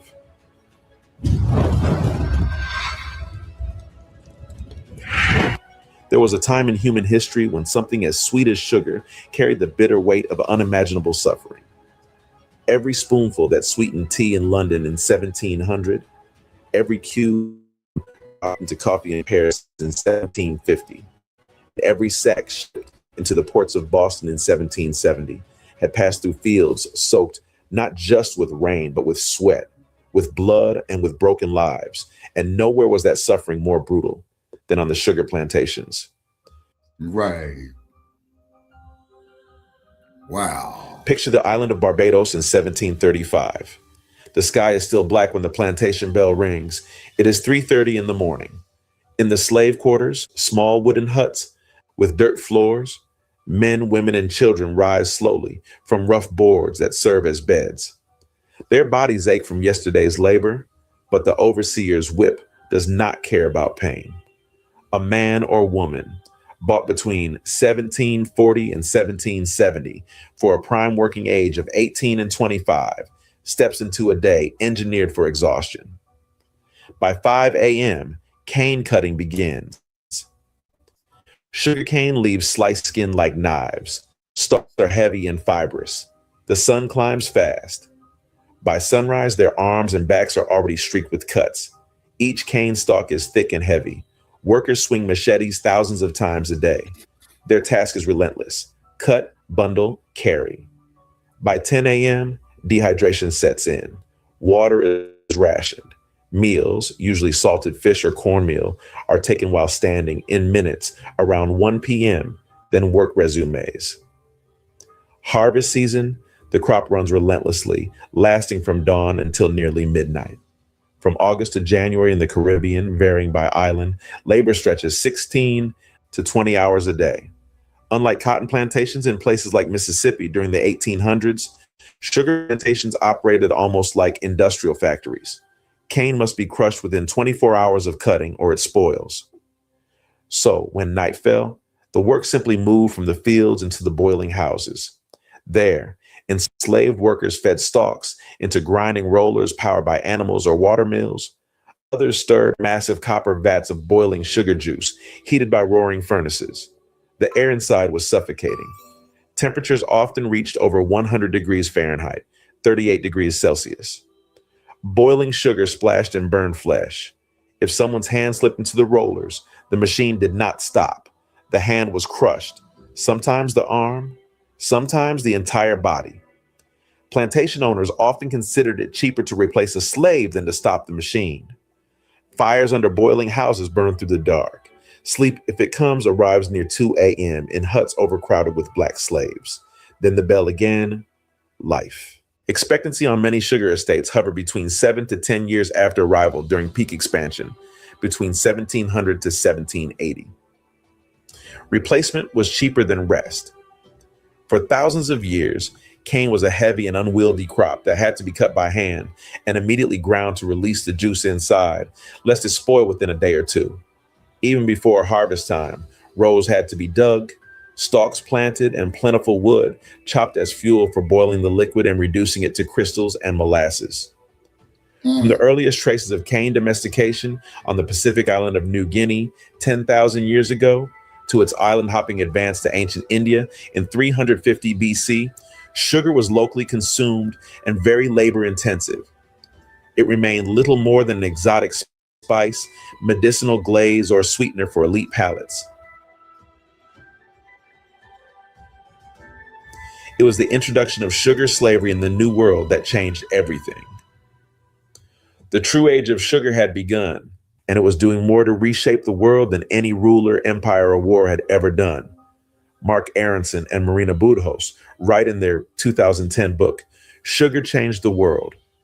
Over the 4 centuries that followed Columbus's arrival, on the mainlands of Central and South America and Mexico, Guyana and Brazil, as well as on the sugar islands of the West Indies, Cuba, Barbados, and Jamaica, among others, countless indigenous lives were destroyed and nearly 11 million Africans were enslaved, just counting those who survived the Middle Passage. White gold, being what it was called, drove trade in goods and people, fueled the wealth of European nations, and for the British in particular, shored up the financing of their North American colonies. There was direct trade among the colonies and between the colonies in Europe, but much of the Atlantic trade was triangular. Enslaved people from Africa, sugar from the West Indies and Brazil, money and manufactures from Europe. Before, French Jesuit priests planted the first cane stalk near Baronne Street. In New Orleans in 1751, sugar was already a huge moneymaker in British New York. By the 1720s, one of every 2 ships in the city's port was either arriving from or heading to the Caribbean, importing sugar and enslaved people and exporting flour, meat, and shipbuilding supplies. The trade was so lucrative that Wall Street's most impressive buildings were Trinity Church at one end, facing the Hudson River, and the 5-story sugar warehouses on the other, close to the East River and near the busy slave market. New York's enslaved population reached 20%, prompting the New York General Assembly in 1730 to issue a consolidated slave code, making it unlawful for above 3 slaves to meet on their own and authorizing each town to employ a common whipper for their slaves. In 1795, Etienne de Boré, a New Orleans sugar planter, granulated the first sugar crystals in the Louisiana Territory. With the advent of sugar processing locally, sugar plantations exploded up and down both banks of the Mississippi River. All of this was possible because of the abundantly rich alluvial soil, combined with the technical mastery of seasoned French and Spanish planters from around the cane-growing basin of the Gulf and the Caribbean, and because of the toil of thousands of enslaved people. More French planters and their enslaved expert sugar poured into Louisiana as Toussaint Louverture and Jean-Jacques Dessalines led a successful revolution to secure Haiti's independence from France. Within 5 decades, Louisiana planters were producing a quarter of the world's cane sugar supply. During her antebellum reign, Queen Sugar bested King Cotton locally, making Louisiana the 2nd richest state in per capita wealth. The state ranked 3rd in banking capital behind New York and Massachusetts in 1840. The value of enslaved people alone represented tens of millions of dollars in capital that financed investments, loans, and businesses. Much of that investment funneled back into the sugar mills, the most industrialized sector of Southern agriculture. No other agricultural region came close to the amount of capital investment in farming by the eve of the Civil War. In 1853, Representative Miles Taylor of Louisiana bragged that his state's success was without parallel in the United States, or indeed in the world, in any branch of industry. The enslaved population soared, quadrupling over a 20-year period to 125,000 souls in the mid-19th century. New Orleans became the Walmart of people selling. The number of enslaved labor crews doubled on sugar plantations, and in every sugar parish, Black people outnumbered whites. These were some of the most skilled laborers doing some of the most dangerous agricultural and industrial work in the United States. In the mill, alongside adults, children toiled like factory workers with assembly line, precision, and discipline under the constant threat of boiling hot kettles, open furnaces, and grinding rollers. All along the endless carrier are ranged slave children, whose business it is to place the cane upon it when it is conveyed through the shed into the main building. This was particularly attested to by Solomon Northup in his 1853 memoir of being kidnapped and forced into slavery on Louisiana plantations. He had named it 12 Years a Slave.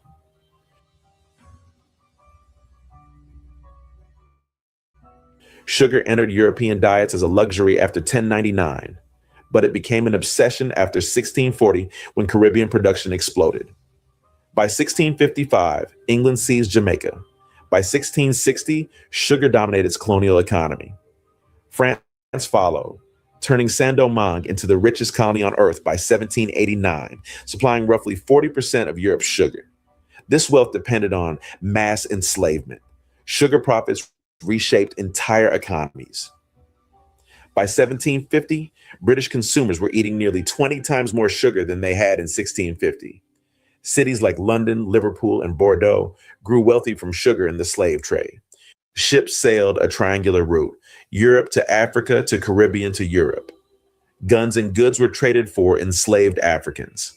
Africans were traded for sugar, rum, and molasses, and the cycle continued for centuries. They got captured too. Who did Between the trade, 1500 and put that back in 1867, historians estimate over 12 million Africans were forced across the Atlantic, many of them destined for sugar plantations, because sugar plantations had the highest death rates in the slave world. Between 1701 and 1800, over 6 million Africans were trafficked across the Atlantic, with sugar regions absorbing the largest share. In Brazil, sugar plantations expanded from 1530 onward. By 1750, Brazil had imported more Africans than any other colony. Sugar was capital intensive, labor hungry, and lethal. From 1640 to 1840, sugar-bound continents, African capture zones, Atlantic crossings, Caribbean and Brazilian mills, European tables. Every crystal carried a date, a wound, a scream. The system was coherent, profitable, and merciless by design. The surrounding reality of Black lives and sugar stank of molasses and smoke, skin cracked from heat, eyes burned from ash, nights echoed with screams from the punishment yard. Graves were shallow, unnamed, countless with Black lives frittering every day like disposable wastes. On December 25th, 1787, while Europe celebrated sweetness, another body was buried before dawn, replaced by the next ship. Enslaved Africans were not merely workers, they were consumables. Europe's appetite was insatiable. In the 1700s, average English sugar consumption was about 4 pounds per person per year. By 1800, it exceeded 18 pounds. Each increase demanded more land, more mills, more bodies.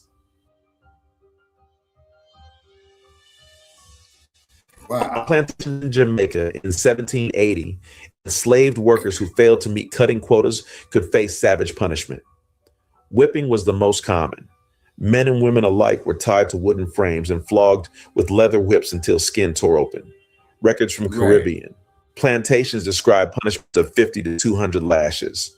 Salt or lime juice was sometimes rubbed into wounds afterward, not for healing, but to intensify pain.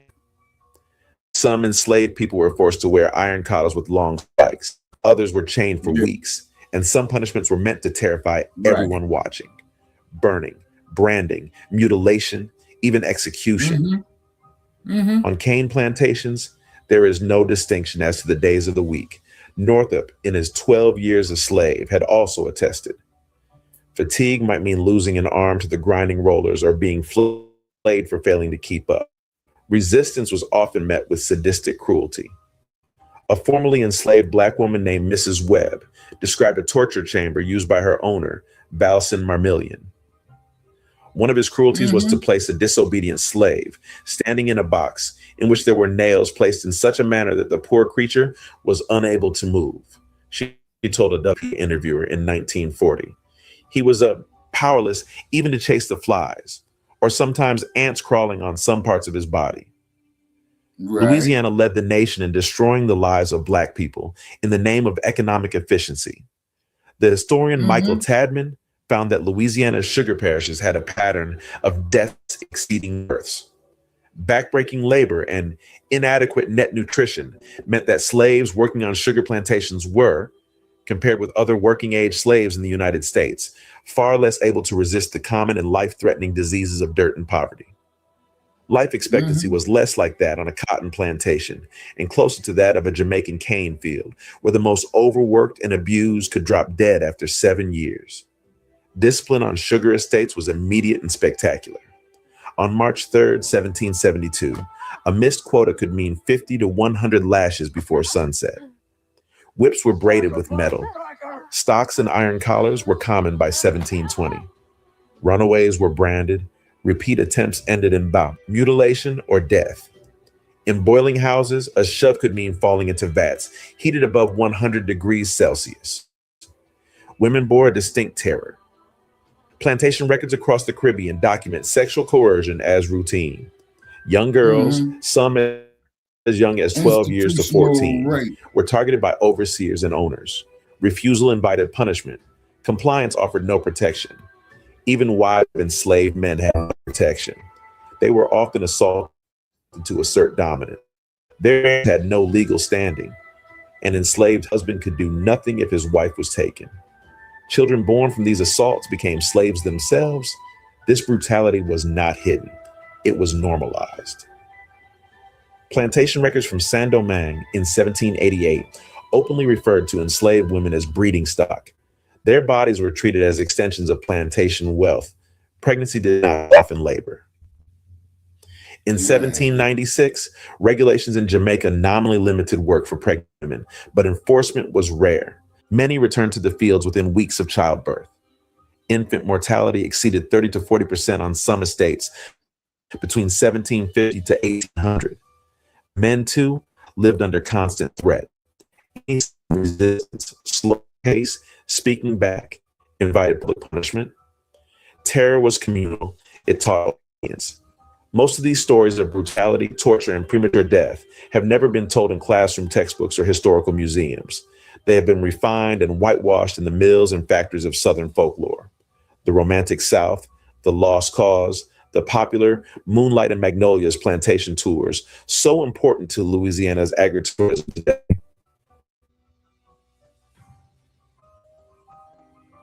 The cotton era was deadly for Black slaves, but sugar was far worse than one can imagine. Historians have long noted that life expectancy on sugar plantations was horrifyingly short. On some Caribbean plantations in the early 1700s, enslaved workers survived only about 7 to 10 years after arrival. The labor was simply too punishing. On the other hand, cotton plantations in the United States during the 1800s were brutal as well. Enslaved people were often seen as long-term property. Cotton expanded rapidly after 1793 with the cotton gin, but sugar had already perfected industrial brutality. Sugar planters did frequently work enslaved people to death and replaced them with newly trafficked Africans. The system was designed not for sustainability, but for maximum extraction. Cotton allowed seasonal rhythms. Sugar demanded unbroken cycles. Cotton plantations relied on growth. Sugar relied on replacement.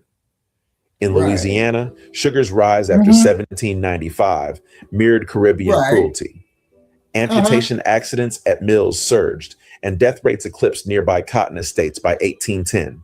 Sugar was an assembly line before factories. It ran on flesh. Sugar taught the modern world of a terrible lesson, that pleasure could be engineered from suffering, that profit could be measured against lives and still be deemed successful.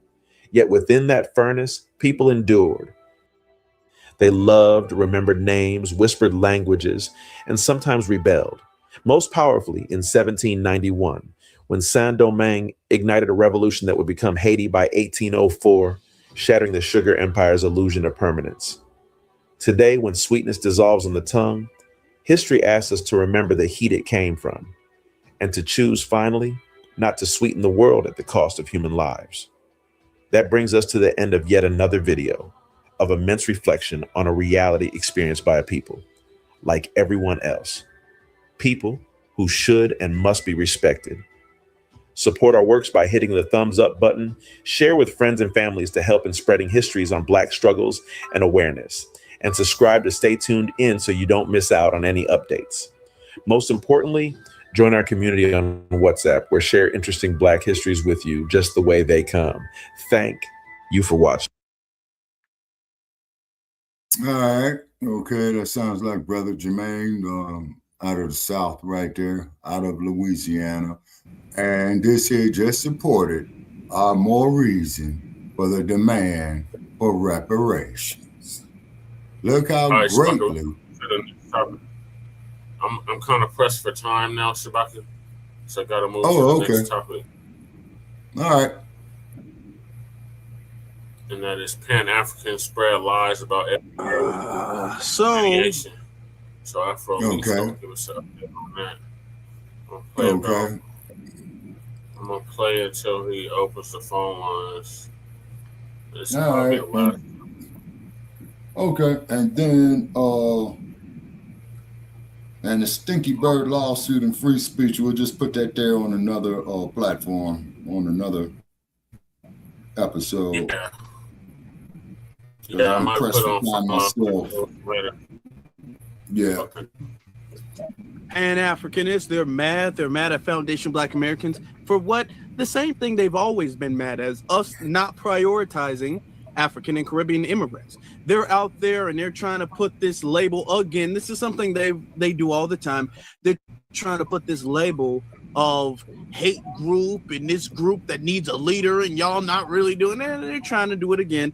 They're out there with slightly newer talking points though. But it's important for us to listen to this so we can debunk this, because this is trying to be the precedent of their arguments going forward. All right, y'all stay tuned. Rights of freedom is dead. We're coming to get our check. All right. I appreciate y'all being here. I do.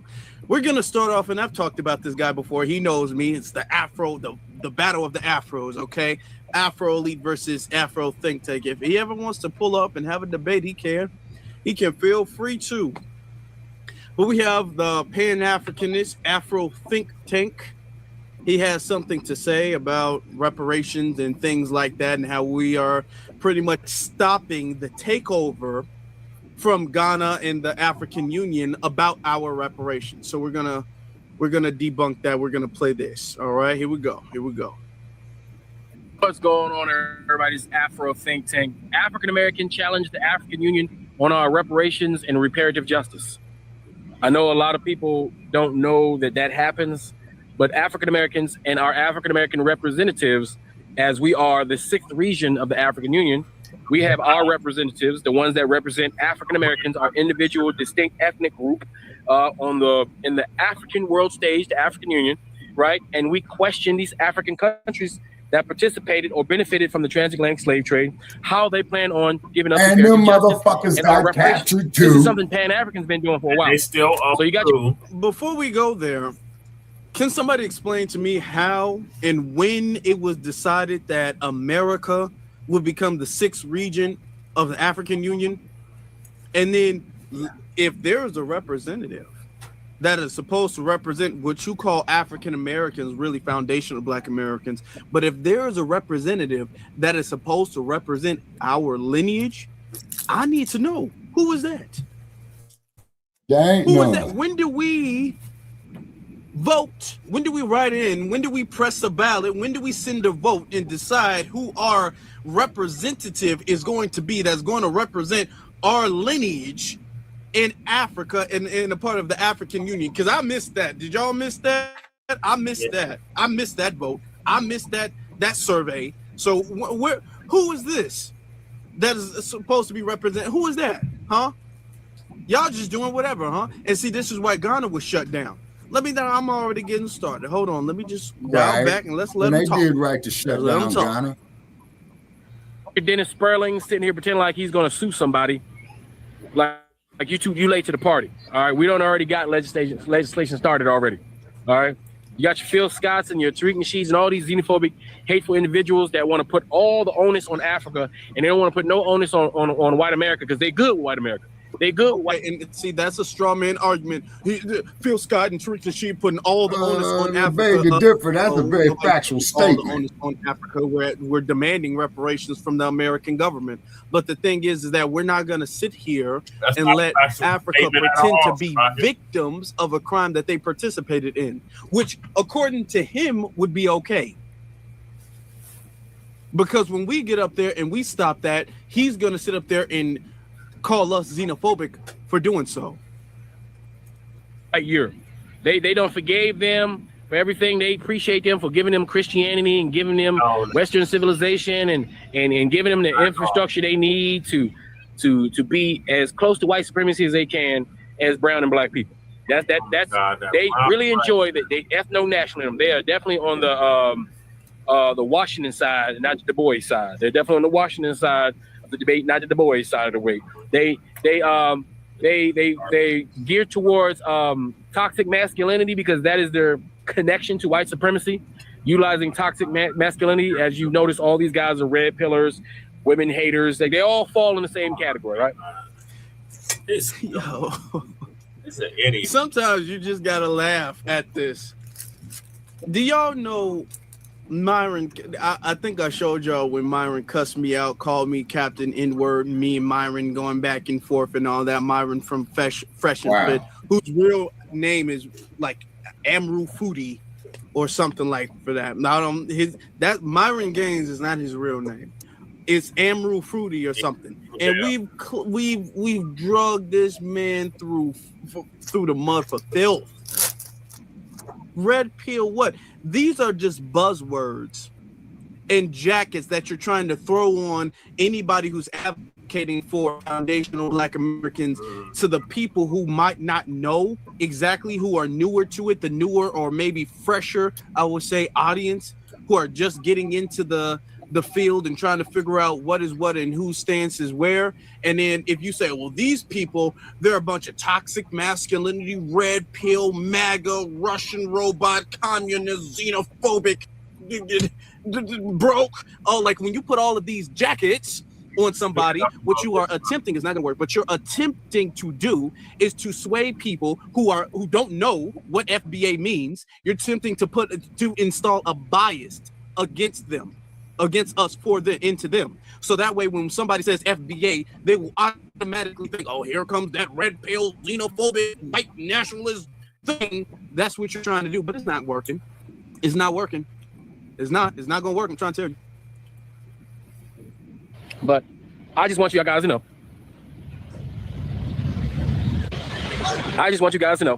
That it's the Pan-Africans and our true representation of our African-American ethnic group that is, in fact, questioning African nations and institutions about reparative justice and reparations, because the only true reparations movement happening at all is Pan-Africans. We are the serious people in the room. As FBAs and ADOs are not serious people. They are meant to divide and conquer. Their only purpose is to divide and conquer and distract and delay, while the Pan-African, in every institution that we have, that we can wield any kind of power, in every institution where we're given a microphone and able to talk and say the things that need to be said to the people that need to hear it, that's what Pan-African is doing. So here's proof, so you can see that we've been active. And this is old, because we've been doing it. It's not new.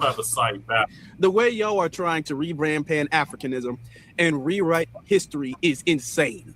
That is insane. Pan-Africanists have been the ones telling us we don't need reparations and we shouldn't be asking for anything from the white man. And y'all been the one, like Dr.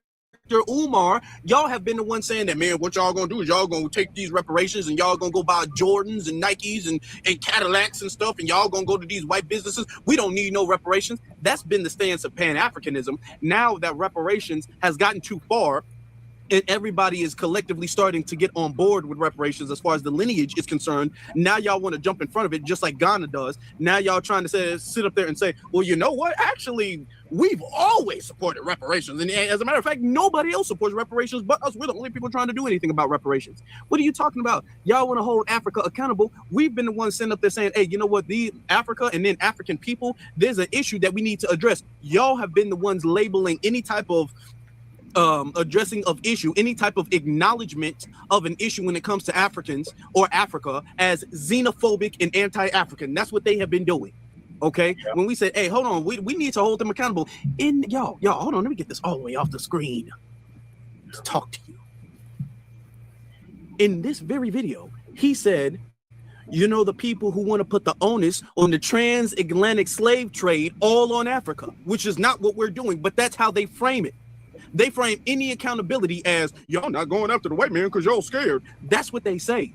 Now you telling me that y'all doing it? Y'all don't hold Africa or any African nation accountable. The only accountability has come from us. And now y'all saying, well, we're the ones who actually really, we the ones who doing the reparations thing. And we're the ones who are holding them accountable. Y'all not doing anything. They have to rewrite and retell all this history. Sad. It's pathetic, actually. It really is. Boy, I'm talking about the Pan-Af, and you're doing this because the fact that we're holding people accountable the way we are is making Pan-Africanists, the way y'all been trying to put it out as this damn religion that worships the continent of Africa, is making y'all look bad. So now y'all got to sanitize y'all history and act like it wasn't Pan-Africanists speaking against reparations. Now y'all got to make it seem like y'all were the ones spearheading the whole reparations movement. All right. So anyway, you tell me what you guys think in the comment section. It's Afro Think Tank. Learn something, teach something. I'm out. All right, y'all. That's all I got to say. He goes on, but we're going to talk about something else. All right. Y'all, this is what we're talking about when it comes to Pan-Africanism. All right. The fact that you can't even say, you know what, our stance is wrong. These people have an ego issue, a really bad ego issue. They can't say, like Umar, you know what, I was wrong for that. I thought this way. I thought we should have went this way. I was wrong. You know, I used to be on that type of time. Now I'm on this type of time. Even if they were wrong, even if we didn't trust them, I could give a little bit of respect for that, for the acknowledgement that they were wrong. But that's not even what they're doing. What they're sitting up here doing is pretty much saying we were never wrong. And this was always our stance, even though we know it's not. These have been the same people telling us, man, you think the government gonna give you reparations? Shh. No, the government is never gonna give you. You ain't gonna get nothing from the white man. You ain't gonna get nothing. I don't even know why you asking them. That's the stance that the Pan-Africanists have had. Now that reparations has gotten too far, now it's all of a sudden y'all ones pushing reparations. Really? When y'all not even doing that now. I'm talking about this. It's desperate. It just screams desperate. It screams it. But that's not what I really wanted to talk about. I wanted to go a little bit deeper into this subject right here. This one right here. Ados and Diane. All right. Hold on. Is this sped up a little bit? Okay, here we go. Y'all make sure y'all hit that like button, please. I appreciate y'all. Diaspora Wars. Let's start with a video I contribute to, which is this video from Cam James on Tariq Nasheed and the FBA. But let me first be clear and fair. Today is the most gracious you'll probably ever see me with ADOS, because I find ADOS and its proponents to be not worthy of grace most of the times I encounter them. I just don't agree. I had a somewhat cordial, I'll say a wholly cordial encounter with an ADOS representative some months back before I decided I was gonna do this video, who I've tried to reach out to talk. That's about it. Every other time I've encountered people that are into ADOS, it hasn't been all that discernible from FBA nonsense. So I guess let me explain this for those in the chat. ADOS stands for American Descendants of Slavery. So here's a website that I was introduced to.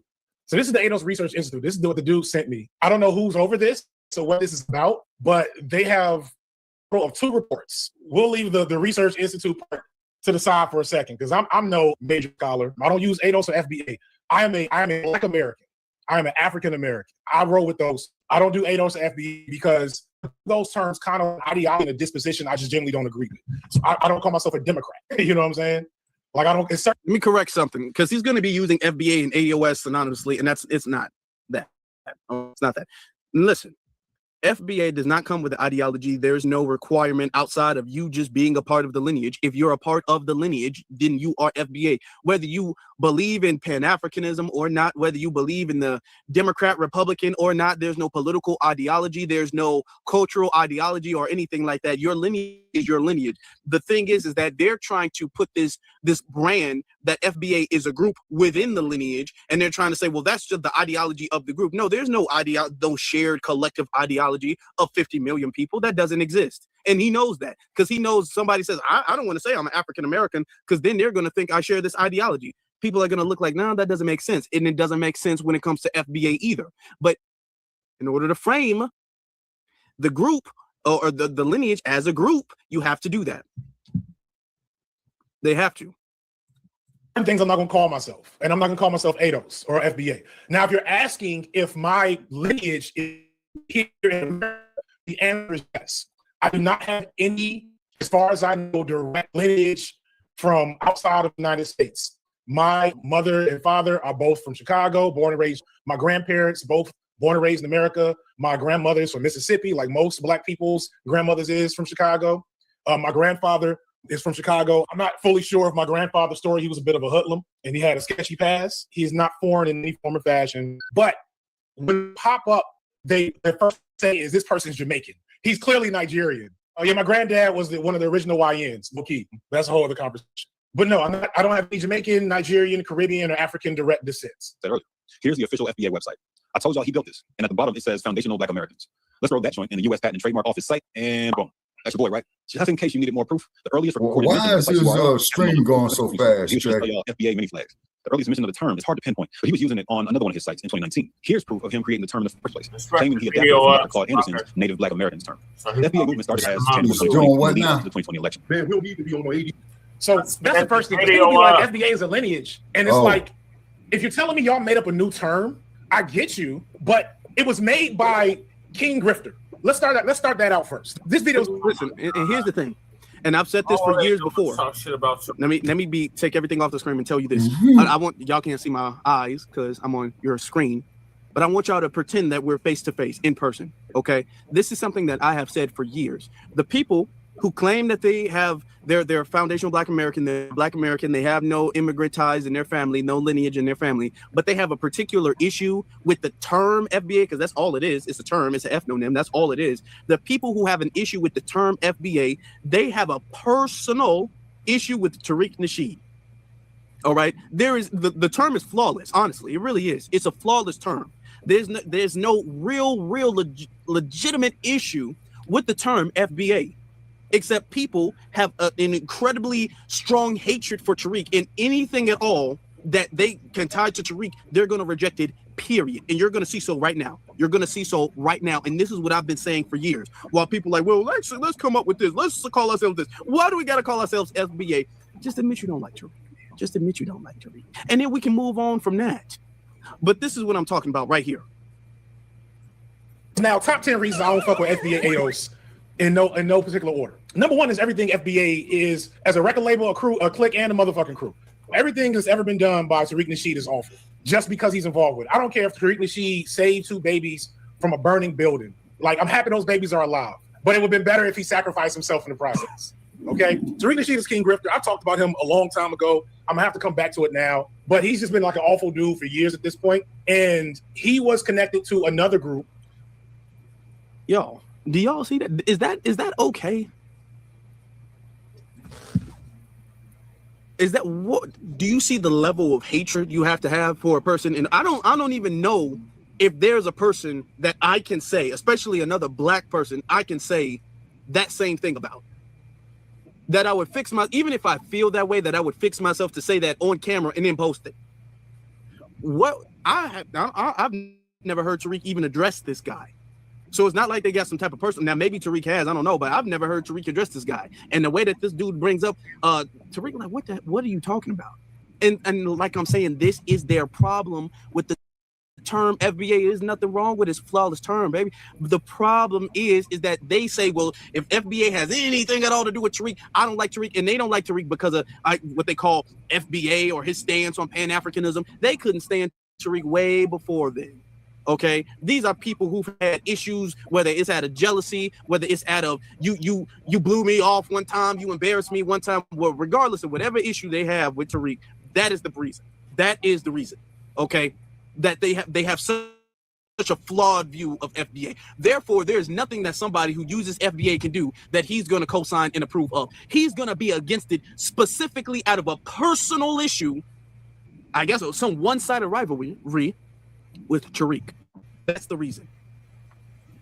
Oh, God, it's ADOS, which started out as something that a lot of people seem cool with. High-level trolls. Over time, eventually showed his ass. We'll talk about that later. So he created this FBA concept. And FBA is basically a group of online weirdos. You can call it a lineage if you want. That's fine. Understand, other people that are connected to your lineage are a group of online weirdos. They're like black. Well, I mean, yeah. There's online weirdos connected to everybody's lineage. There are some FBA online weirdos. Okay, there are some Caribbean online weirdos. There are some African online weirdos. There are some Italian online weirdos. There's in every single lineage. There's gonna be some weirdos. There's gonna be some odd people. Okay, that don't make them not a part of the lineage.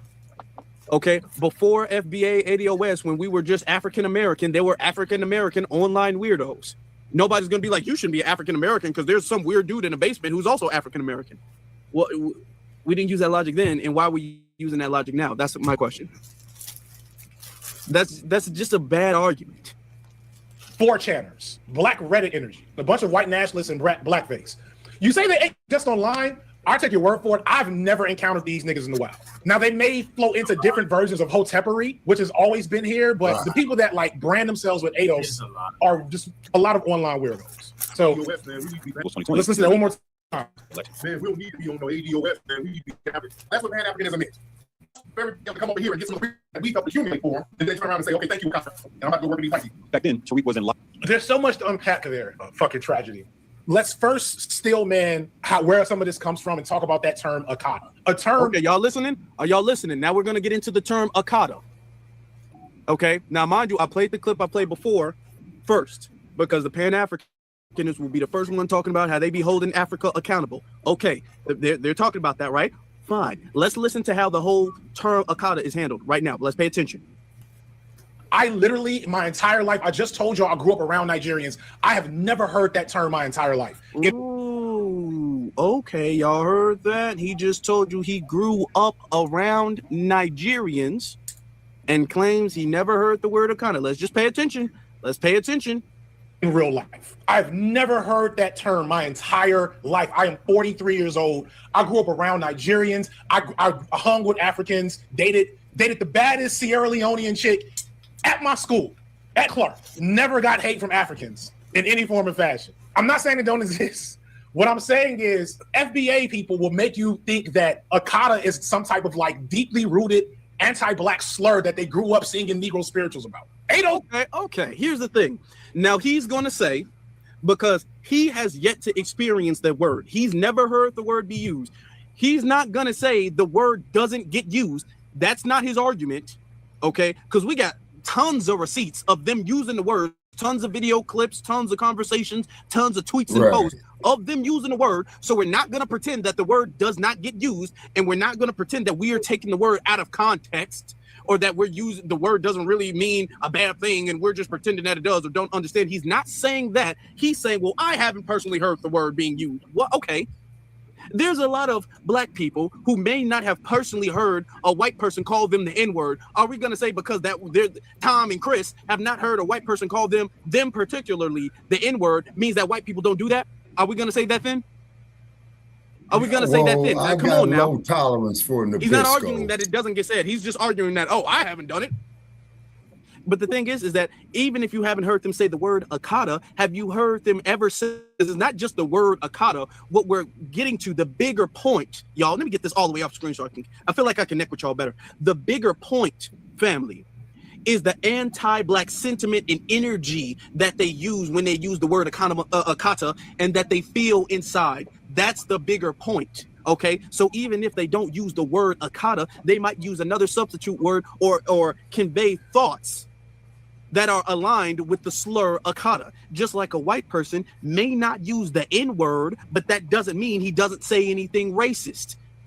You might have a Nigerian who doesn't use the word Akata, but that doesn't mean that they don't say anything anti-Black American. Do you understand the logic? Am I being understood, y'all? Put the 100 emoji in the chat room if I'm being understood, if you understand me clearly. Now, okay, he says that with the word Akata. Let's continue. And FBA people think Nigerians are the Black Targaryens. Or what were the actual Black Targaryens? They were the Valerians? That's who ADOS actually think Nigerians are. Real talk, they talk about Nigerians like they're supervillains. This shit is hilarious. They talk about being called Akata as if African booty scratcher wasn't a comeback. No. First off, African booty scratcher was not no thing particularly for Nigerians or even Africans, all right? That was not no thing. But here's the thing. I haven't heard anybody use the word African booty scratcher. I've never heard anybody any Black American refer to an African as an African booty scratcher, me personally. So does that mean it doesn't happen? Now, you just tried to discredit our argument or a part of our argument by saying that you individually have never heard the word Akata be used. So therefore, that just dismisses that argument. But now you're going to say, well, what about African booty scratcher? Well, hold on. So the Akata is only legitimate if you heard it, but African booty scratcher is legitimate because they say it was said. Do you see the logic? Do you see the bias in these Pan-Africanists? Do you see that? Yeah. Just the way they handle the word Akata versus African booty scratcher, because you're not going to gaslight Nigerians and Africans by saying, well, I never heard nobody use the word African booty scratcher. I think you're making it up. I don't know what you're talking about. I don't know what you're talking about at all. They don't gaslight them with the word African booty scratcher, but they're going to attempt to gaslight us with the word Akata. Okay. All right. So Juicy made a very good video about this now 4 years ago, right? I love Juicy's analysis. Juicy's very balanced, but very principled. I'm gonna just put this in the description or whatever. If you want to talk about that there is reason to critique some Black immigrants, especially in the media space, on their anti-Blackness, you can do that. That is a real thing. There is a propensity for behavior to come from a Black immigrant populations. Okay, now what he's going to say right now is very important. Very. He said there is a propensity for anti-Black behavior coming from immigrants, okay? Which is what our argument was the whole time. That was our argument the whole time. While you're sitting up there gaslighting and saying that we're xenophobic or we're white nationalist adjacent by making the argument that you're going to have to eventually concede to, which is what he's doing now. But he's going to concede to it and water it down and make it seem like it's not nearly as severe as it really is. Like, Juicy so perfectly looks the part of like the 92% and talks that game that the Black liberals be getting so close to her, and as soon as Juicy lets that little communist flag fly just a little, but they be pearl clutching when Juicy gives them some materialist analysis that calls out the bullshit. I love Juicy for that. Oh, there's critiques to make about Black immigrant populations and specifically their relationship with the media and how they're amplified in media. There's definitely a conversation about that. There's a conversation to have about anti-Blackness from those populations, because there is a propensity for anti-Blackness. Because first off, anti-Blackness, as I said in another video, everybody's got anti-Blackness in it. Every single last one of us. Now, you're either actively negotiating and fighting against it internally, you're actively resisting anti-Black tendencies, or you just actively are in the shit, or you act like you don't, but you do. That's just the reality of the situation. Nobody is immune to conditioning of the media and how we're meant to look and think of Blackness, regardless if that Blackness is American-born or internationally born. And so what happens, I talked about this with Foreign Man years ago as well, is that when you are Black, but you're not from America, it's easy to just assume that Black Americans are just out our fucking minds. My parents are Jamaican. They grew me and my siblings up with the whole Black Americans are ghetto. They don't have a culture like us. Thankfully, me and most Americanized siblings have been able to change their mind. Yeah, because that's what's taught outside of America. America exports an image of Black Americans to be this deranged, uncivilized, barbaric thing to incentivize the idea that we are deserving of our treatment and condition here. They have to present us like this to the world. The world will be looking at what they're doing to us like, how is this something y'all are doing? Why is this supposed to be cool? People fall in line. Okay. I'm going to pause that for a second. I'm going to read some of these super chats. That's what I'm going to do. And then I'm going to address that point because that point was very important that we address. Okay. Shout out to my brother Cyberdown. I appreciate you, bro. Thank you very much. I appreciate you, fam. And then C. Briggs says, yo, Afro, do your thing, cook this musty tether FD signifier, but I can't stand to hear his tether lies. It's irritating. It is irritating. It is irritating. And I appreciate you. Sincerely, I do. But let's get to that point. Shall we? The point he's making about, well, you got to understand it was a lot of propaganda and the propaganda that the West makes about Black Americans, and they import that, they send that to other people, and their perception of Black Americans is all ghetto and thug and criminal and this and that. And then when they come over here, they're already conditioned and brainwashed into thinking we're like that. So really, it's not because their Hollywood fault. perpetuates that shit. That's why I say fuck Hollywood. No. We're not gonna give them that pass. Because if it was just the we're going to break it up in two parts. If it was just the conditioning from the West, and the reason why they can't get along and they have this issue with Black Americans is because of the brainwashing conditioning from the West to their media, then they would be getting along with each other, don't you think? Let me repeat that. They would be getting along with each other, don't you think? Yet we see all of this tribalism, the fact that they cannot unify with each other, the fact that they cannot get along, the fact that they do not look out for each other. That is what's causing them to flee and leave. That is the reason. And it's not the Western powers puppet mastering them to fight each other. They're doing that because they believe in their own tribal beasts. Okay, no, man, in the Western, all of that, you know, the only reason they fighting is because the West ain't got to do nothing to push tribalistic propaganda. They doing that themselves. They're doing that themselves. That's argument number one. So you trying to put all of the blame on the media, which I'm not trying to say is not a part of it, but you're trying to put all of the blame where it doesn't belong. Now, number two, on to our second argument. If that was the case, even if we give you the benefit of the doubt, what about your children? Huh? What about the next generation? Because let's be honest, most of the, especially predominant tethers that we have to deal with, they're first generation. Tethers. Remember, it wasn't long ago during Black History Month where you had a Haitian immigrant talking about how we dirty Black American. It wasn't because she believed in the propaganda fed to her in Haiti. It was because of how she was raised here. Now, when they're here, they don't have the propaganda excuse that y'all keep trying to give them because they're listening to the same media. They're in the same country. Okay, the same movies we watch is what they watch. TV we watch, they watch. Music we listen to, they listen to.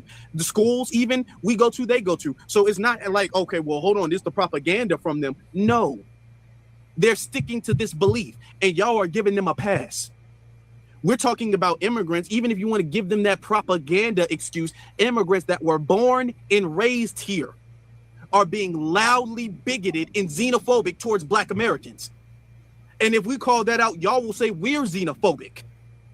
Y'all will say, well, you got to understand back in when they're home, with their grandpa, he didn't know any better. And it's all of these excuses that you give them. They don't deserve that. They know better. They're not doing that with nobody else. You can't give them that propaganda excuse. I don't even think that giving the first immigrants, the direct immigrants, the propaganda excuse, I feel like that's gone too far, especially in the 21st century where you got TikTok all over the world. We be opening our lives and all, and you got folks in the continent of Africa on TikTok. So all of that, well, they control the media and they control what you see. No, they know it. They know it. They be doing Michael Jackson impersonations and all that stuff. So you make it seem like the only thing they know about us is negative. No, they know it. We're not going to sit up there and give them the dummy pass. No. Let's continue, though. Let's continue. Shout out to y'all. If y'all can do me a favor, hit that like button. Shout out to y'all. All right, let's go. Fine with that. And it takes a generation to be here to realize, oh, wait, no. Foreign Man's talked about this before. He was like, okay, if it takes a generation, I'm going to say this one more time, and I'm going to let it go. If it takes a generation, one generation is what he said, to be here and to realize that's wrong, then we should see dramatic improvement in the next generation. Yet we don't.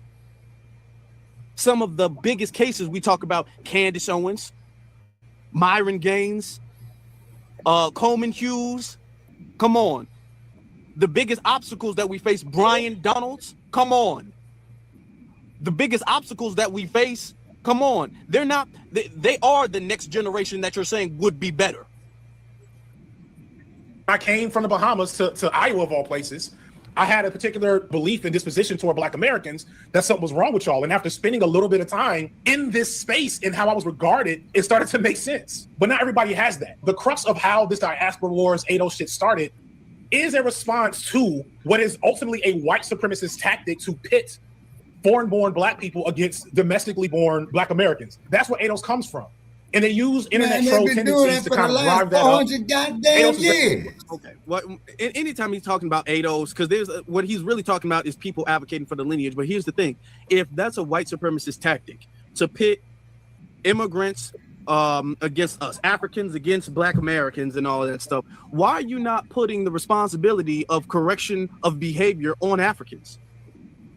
Notice that you'll say, oh, this is an overall plot to separate. It's a conquer and divide strategy, which I'm not going to say is entirely false. But why would you then put the blame on us and the responsibility to fix that on us instead of the perpetrators, the people who are coming to another person's country and doing problematic things? You're going to preach to the people, the native population, that we need to be better to the disrespectful, hostile immigrants because of a divide and conquer strategy, instead of telling them they need to fix their behavior. That's his logic.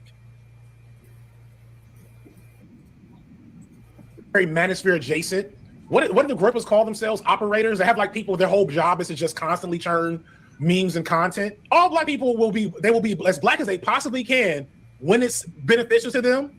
And then as soon as they have an opportunity to distance themselves from that shit, they do. It's just easier for foreign-born Black people. That is something that happens with some Black immigrants. But here's the key thing I want you to think about, and I'm about to play this to get to it. How is that even possible? And that's the thing that will always frustrate me about even the most good-natured, civilized, sensible ADOS figures, is that the question around their entire ethos never gets back to, why is our condition in this country the way it is for there to be an incentive to side against us with our oppressors? And why is that never a part of the practice and conversation with these types of individuals? Let's listen to what Nasheed says here one more time. Lockstep with the ADOS movement, led by Yvette Carnell and Antonio Moore. Back then, Tangible 2020, in the lead up to the 2020 election. Man, we don't need to be on no ADOS, man. We need to be Pan-African. That's what Pan-Africanism is. Us fighting for everybody else to come over here and get some of the resources that we've helped accumulate for them. Us fighting for everyone else to get some of the resources we've helped accumulate for them. What does that mean? The resources we've helped accumulate. My nigga, do you mean slavery? Do you mean the prison industrial complex? You mean the civil rights movement? What are we talking about right now? It's America first, but Black people. That's what it is. And I'll come back to that in a second. Like he did. What do you mean? What? Okay, I'm gonna let him finish. Hold on. And blink in saying that, and most ADOS will not blink in that framing of the situation where Black people have worked and accumulated resources and done all these things in America, and we don't want to share our piece of the pie with immigrants. And there's never a conversation about how our piece of the pie is a slither of what we're actually fucking owed. No, it is, and that's a bad faith argument. Let's talk about that. Okay, the resources that we've accumulated for them. Yeah. First of all, none of them would be here. I'm trying to say it so everybody can understand. They wouldn't be here if we didn't fight for the right for them to be here. There were specific laws in place preventing them from immigrating and becoming citizens in the United States. And that's what you and were that saying, had to Brother be fought Chad, for by us, not them. And they're coming here and reaping the benefits of that. Not only that, they're also coming here because there was discrimination, Jim Crow and all that we had to dismantle and defeat. And they're able to come here where there are no signs that say no colors allowed because of our work, because of our sacrifice, not theirs. All of the civil rights movement, now you want to sit up there and make it seem like it's a joke. They came after the fact. When the fighting was done, when people were got up all bloodied and bruising, and everybody went home and the bills were signed, then they came here later after the fighting was over with, after people got up from being sprayed with water cannons, after people healed from being bit up by dogs. That's what happened. Then they came over and they benefited off of that. So much, and they still needed us for that, which is why they put their resources in our community, their businesses in our community. They placed their businesses in our community because they needed economic floor. They needed economic support, and they got it from us. They couldn't put their businesses in the white neighborhoods. They put it in the Black neighborhoods because they needed economic support, and they knew we could be relied on. Yeah, this is complicated. We would help them. like we have helped them before. We will look out for them like we have looked out for everybody before. Don't make it seem like we ain't done nothing for nobody. Don't do that. Don't do that. Y'all make sure y'all hit that like button, please and thank you, family. Please and thank you. The white supremacist institutions that have run this country from its beginning are not interested in giving us any more. So we're getting scraps, and we're literally fighting over scraps. And we're not fighting the people dishing out scraps to us. We're telling these other groups that 9 times out of 10 are aligned with our struggle, let alone the fact that their struggle in their country is innately wed to the same core issues, that they can't have none of our scraps. And then they turn around and say, okay, thank you. No, nobody's sitting up there fighting over scraps or whatever. Ask the Democrat Party why they losing the black vote. Okay, because we're demanding our whole pie, not scraps of it. But at the same token, what we're not going to do is advocate for other people to take what belongs to us and allow people to put businesses in our communities, then take our resources out. That's what Dr. Claude Anderson's been talking about. This deflection that Pan-Africanists make by making it seem as if y'all don't care about fighting the big bad guy. Y'all just care about fighting the little poor immigrants who ain't doing nothing but trying to feed their families. And it's just so sad. No. What we're doing now is finally being completely honest with ourselves and acknowledging all of the issues, every factor that adds up to this issue right here. We're going to acknowledge that. And then we're going to say, you know what? Every single problematic element in our community, we're not going to dismiss it out of some type of unity for anybody. We're going to call it for what it is. And that's what we're doing. But you want us to call the Caucasians out for what they are, which we should. But you want us to dismiss and belittle, sweep under the rug Africans and Caribbeans under this guise of unity. And that's not what we're doing. No. And I'm about to go work with these white people. Remember that line, I'm about to go work with these white people. Again, Tariq was in lockstep with the ADOS movement, led by Yvette Carnell and Antonio Moore. ADOS has their own problems. Rapper Talib Kweli penned a Medium article in 2019 called Why ADOS is Trash that included 2 segments that help prove this point. The first is from when ADOS followers misidentified his heritage after he criticized their co-founder Yvette Carnell, and he's Haitian and telling him to go back. Talib Kweli's over, and his parents aren't immigrants. Stay tuned for them doing that to me 2 weeks ago. The second is about how ADOS and now FBA again, that's what they do. But love targeting liberals and progressives like Ta-Nehisi Coates, Kamala, Cory Booker, Bernie Sanders, and every other critic of Trump because Dems have taken the black vote for granted. That's absolutely true. But Kweli says that when you target Dems like that, you're letting the GOP slide. I agree 100%. Yvette got this rolling. No. When you target Dems like that, you're letting the GOP slide. Y'all don't ever say that about the GOP. Y'all never say that about the GOP. This is why people don't listen to y'all. People are not influenced by y'all. Because y'all will go on the GOP, and I'm not saying I'm a GOP person. Y'all can go on the GOP all y'all want to. All y'all want to, y'all can go on the GOP. And that's something that black people have been doing, specifically really since 2016. Black people have been doing that for pretty much a decade, going on the Republicans, going on Donald Trump. That's never, well, you know, you keep talking about Donald Trump, you letting the Democrats slide. You know you're doing that, right? You know you really supporting the Democrats by talking about Donald Trump. You really got to ease up on Donald Trump and know that nobody makes that logic. That logic just doesn't add up into the equation there. I want y'all to notice that. Yet it shows up when we do the reverse. When we talk about the Democrats, y'all know y'all really supporting the Republicans when you talk about Democrats that much. You got to ease up on the Democrats because that helps the Republicans out. No. If me talking about the Democrats, let me be abundantly clear. Let me be unapologetically clear with everybody. If me talking about the Democrats' behavior, if me talking about the Democrats' actions or lack of action helps the GOP, then the Democrats need to get it together then. Right. I don't owe them anything. It's not, I'm not sitting up there like, well, I can only talk to you so much because I don't want to help them out. If me talking about your behavior helps the Republicans, so be it then. Right. You shouldn't be that bad. If you're that bad, the fact that I acknowledge your behavior helps the other party, then it's your fault. Right. It's not their fault. And I don't sit up there, I don't have to, well, I just got to make sure the Republicans don't get a win. If your failure gives them a win, then that is what it is. It's their fault. And that logic we don't put with nobody else. We don't sit up there and say, well, you know, you got to ease up on Donald Trump because that's really going to help Joe Biden. Nobody does that then, so we're going to keep the same energy. Right.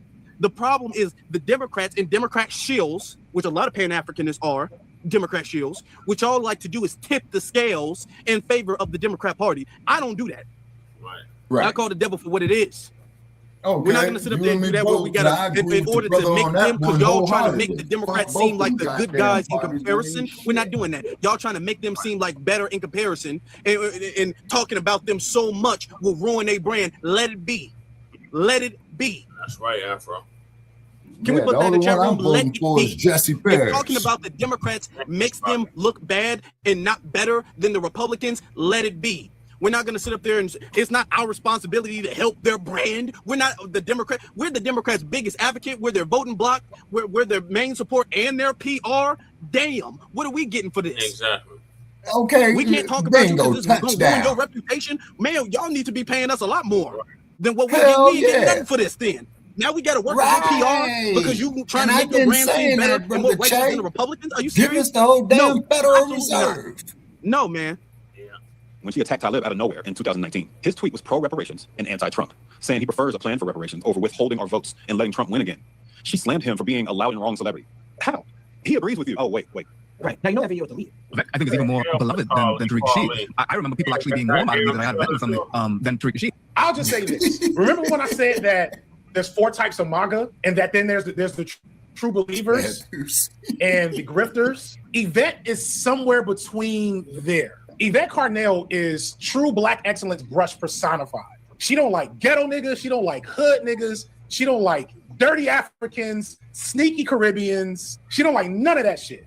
Yvette Carnell is like, at best, she's like old W.E.B. Du Bois. Why y'all sneaky? I don't know. I was trying to think of a slur. I was like, what slur we do for Caribbeans? When I think about Caribbeans, I think about hardworking niggas that can dance well and got good food. What makes Yvette so unique is that Black excellence ethos is so seductive, often impenetrable to aspirational young Black people and older Black people. Again, at the core of this belief system is very much a bootstraps politic that says if we just got rid of the ghetto niggas and the hood niggas and the cheating, sneaky immigrants, then white people would give us our fair share. You said no different than your average HBCU World Court. I'll give you that.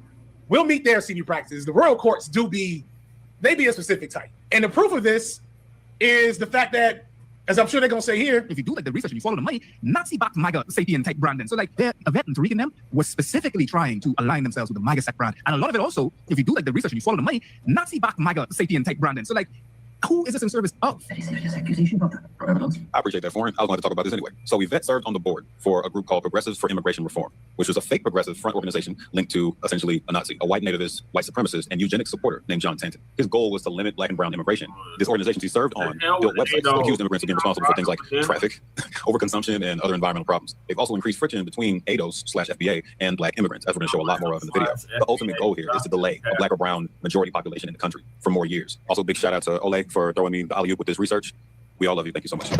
Yeah, so again, I can end the video here. The ADOS and FBA movement cannot be inextricated from the fact that its key figures have historically aligned themselves with literal neo-Nazis, literal eugenicists. Who? Okay. He's so full of shit. Yeah. Where? Because that's a bold claim. That's a very bold claim. Where's that been done? Well, shout out to the aligning with little Nazis show one time. And things. Where's that been done? Where's that been done? That has not been done. No, we're not aligning ourselves with MAGA.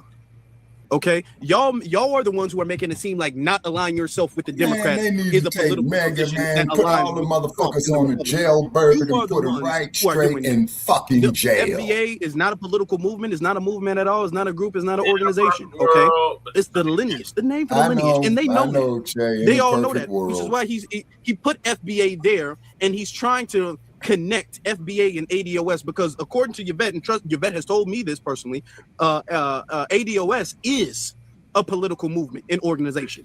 That's what she told me. And in order to say that about FBA, which he knows is not, he has to tie it in to FBA, okay, through Yvette. But really what he's talking about is he doesn't like the movement we have going on currently. He does not support delineation. He already made that clear earlier in the video, and he does not support us standing or sitting, rather, if I can use the word sitting, on the couch for reparations. He doesn't like either of those things. So this is his manipulation. I'm gonna let him finish a little bit longer, and then we're gonna get him off the screen.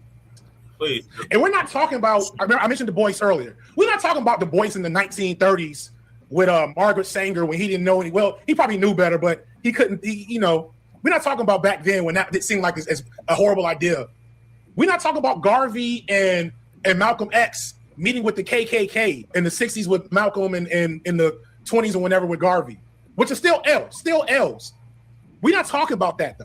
We talk about in the late 2010s serving on the board with right-wing neo-Nazi backed organizations because they connected on their hatred of immigrants. This is a loud minority. They have started to get a little bit of motion. We can no longer disconnect from ADOS and like ignore them. The Black excellence ties of ADOS and FBA and all that stuff is starting to intertwine with the Black liberal in general. They're starting to connect the dots on that. See, now the thing is that you're not going to sit up there and have FBA, which is what he's attempting to do, be accountable for Yvette. Yvette has already been called out. That's enough of that. That's enough. Yvette has already been called out by me personally, and by Tariq, and by a lot of other people. Right. So what you're not going to sit up there and be all like, in order for me to throw FBA under the bus and make them seem like this group cult of MAGA Russian robots, I got to connect them to Yvette, and then I got to slander Yvette. That's not going to work. That's not going to work, y'all. But the Pan-Africanists are desperate because they don't like what we got going on. And it's not our fault. That's their fault. It's their fault. It's their fault. And it is what it is, y'all. But you know what I want to do? All right, I'm going to stop it there, Shabaka. What are your thoughts on the Pan Goofy's lies spreading about FBA or delineation? Yeah, and then too, Brother Che, didn't we discuss a while back that when these Africans came here, man, that one of the stipulations for them to be here, man, that they would have to crumb bomb on Black people here in the U.S. or not have no. That's what we were told, Shabaka, but we haven't seen no proof of that. They say they watched a video with customs. We've never seen the video that they watched customs. So okay, now is it public record or is it accessible? No, Shabaka, it's not. That's why I think it's bullshit. But they come over here with these preconceived notions about foundational Black Americans, and we're checking it, and they're not liking it. Okay. Alrighty. So I'm gonna try to squeeze this next topic in. I'm gonna speed it up about Elon Musk's AI lawsuit. Okay. And keep in mind that he is Dutch. He's not no African. He's a goddamn Boer. Open racist. And then he gets sued. And he's been sued multiple times. Well, now he wants to set up AI to discriminate. And you know who he wants to discriminate against, right? Us. He wants to discriminate openly against us. So he's in court right now. In Colorado, sorry about the lawnmower. We're in that time of the year, y'all. Yeah, he getting sued in my state. Fire up a lawnmower. So anyway, he's in court in Colorado trying to get the right to discriminate using AI. So he's going to discriminate based on your race, based on where you live, based on your education, based on where you work. Okay? He wants to discriminate against everything and be able to do it legally. That's what he's literally in court fighting right now. They're granted to him. From Elon, I'm not shocked. Remember, he's an apartheid baby. So you should He's not a be shocked Boer, Lisa, over honey. him He's being Dutch. He's a fucking Boer. You know, maybe if you didn't allow people to be open racist in the Tesla plants, then you wouldn't have to deal with us like that at all. So being that you failed to do what's right, that's why you keep getting sued. People like you, Elon, I don't feel sorry for. And see, he really technically But they'll also never don't want break us him, Lisa, buying honey. his products. And guess what, Elon? I don't want your shit. Your shit don't work anyway. Right. Your Teslas burst into flames out of nowhere. Right. Your Starlink satellites fall out of the sky every day. I did a live on it. Your Starlink satellites drop back down to the earth every day. Yeah. He got contracts saying they're going to be up there for 5 years. Y'all, some of them that dropped back down only been up there for a few months. Yeah. Okay? And his rockets are always exploding. Yep. And some of them even burn up on the launch pad. Your shit don't work anyway. Yeah. So I don't saw want your that. stuff. I wish I would buy anything affiliated with Elon. I wish the hell I would. So he's coming out, y'all, with this phone. And this phone is supposed to connect with your brain. Uh-oh. And that's how it's supposed to work, right?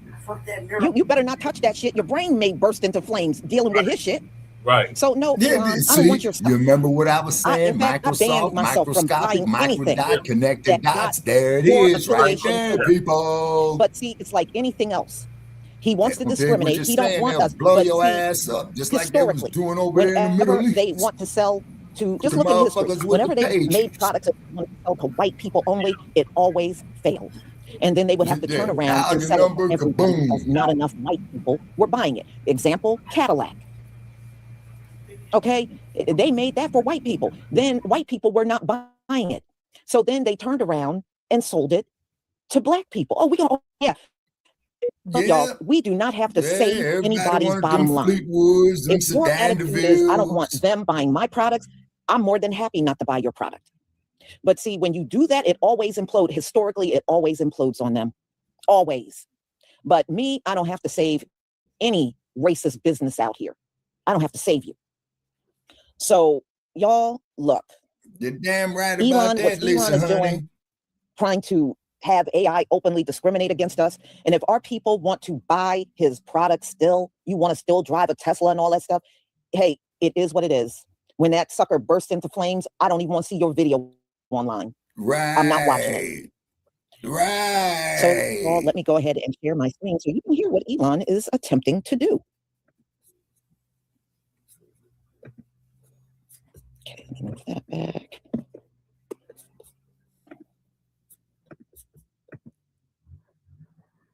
Please give me a 1 if you can see my screen.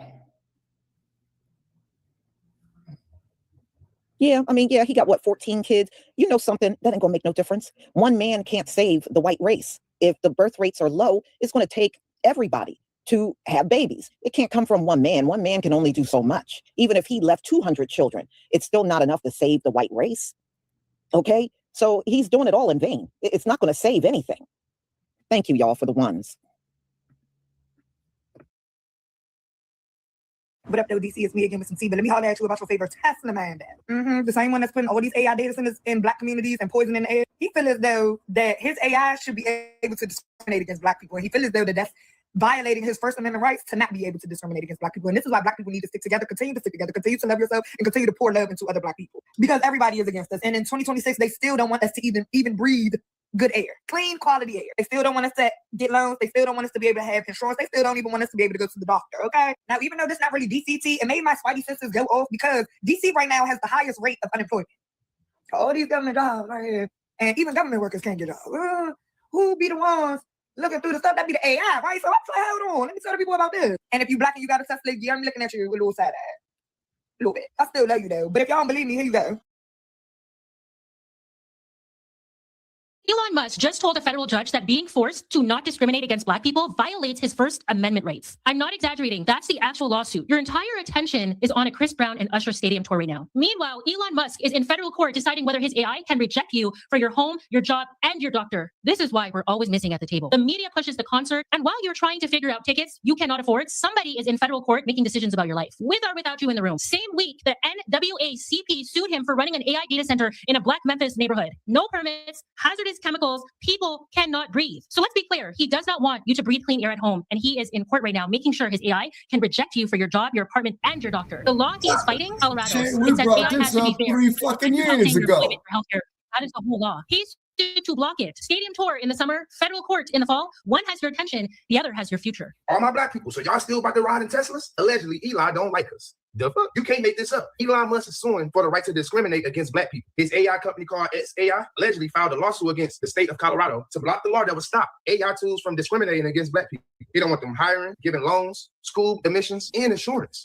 This shit wild. And all the other races be thinking we really be tripping when we say we get discriminated for everything. Wasn't he bitching about getting discriminated against in South Africa? His rebuttal is that by him being forced to treat black people fairly, it violates his First Amendment. The fuck's crazy. These motherfuckers be scared because when they know if black people had the same equal as other motherfuckers, we'll run this world. We'll run it. That's what they scared of. Now hear me out now, y'all. I ain't got me thinking, is AI made to destroy black people? Is AI made to just break the black people out? Like you said, no loans, no insurance, no jobs. Not only that, you got me thinking now, the black people who got Teslas, you know how you probably got to write your gender down or something, your race and everything? What if they give them different type of Teslas? He want the AI to work bad for black people. Certain type of Teslas that people getting if they black from the other ones. Do that make sense? Comment down below if y'all get it. But black people, with this information, if you got a Tesla, are you turning it in? Or if you don't got a Tesla, do you still? Hey, welcome back to another episode of the Daily Download. Elon Musk is suing the state of Colorado for the right to discriminate. No, you didn't hear me wrong. Yes, he's suing because he wants the right to discriminate against people. Colorado passed one of the first laws in the country preventing algorithmic discrimination, meaning that if your AI is used to make decisions regarding people's jobs, housing, loans, and education, then it cannot discriminate against people that are part of marginalized groups. Elon's company, xAI, has sued the state of Colorado to prevent this law from going into effect.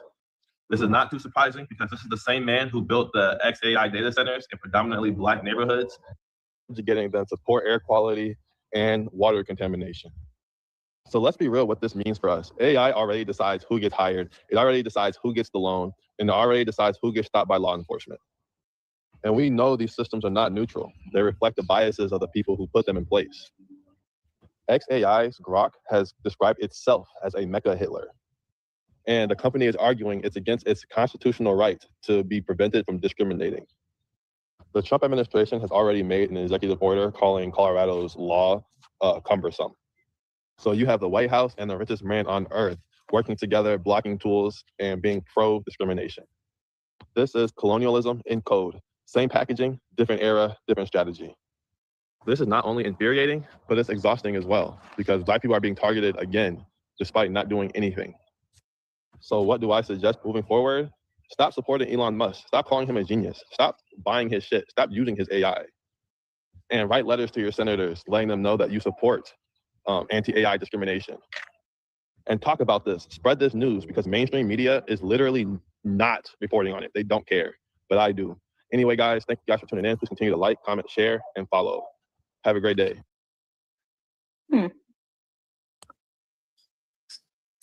Well, wow.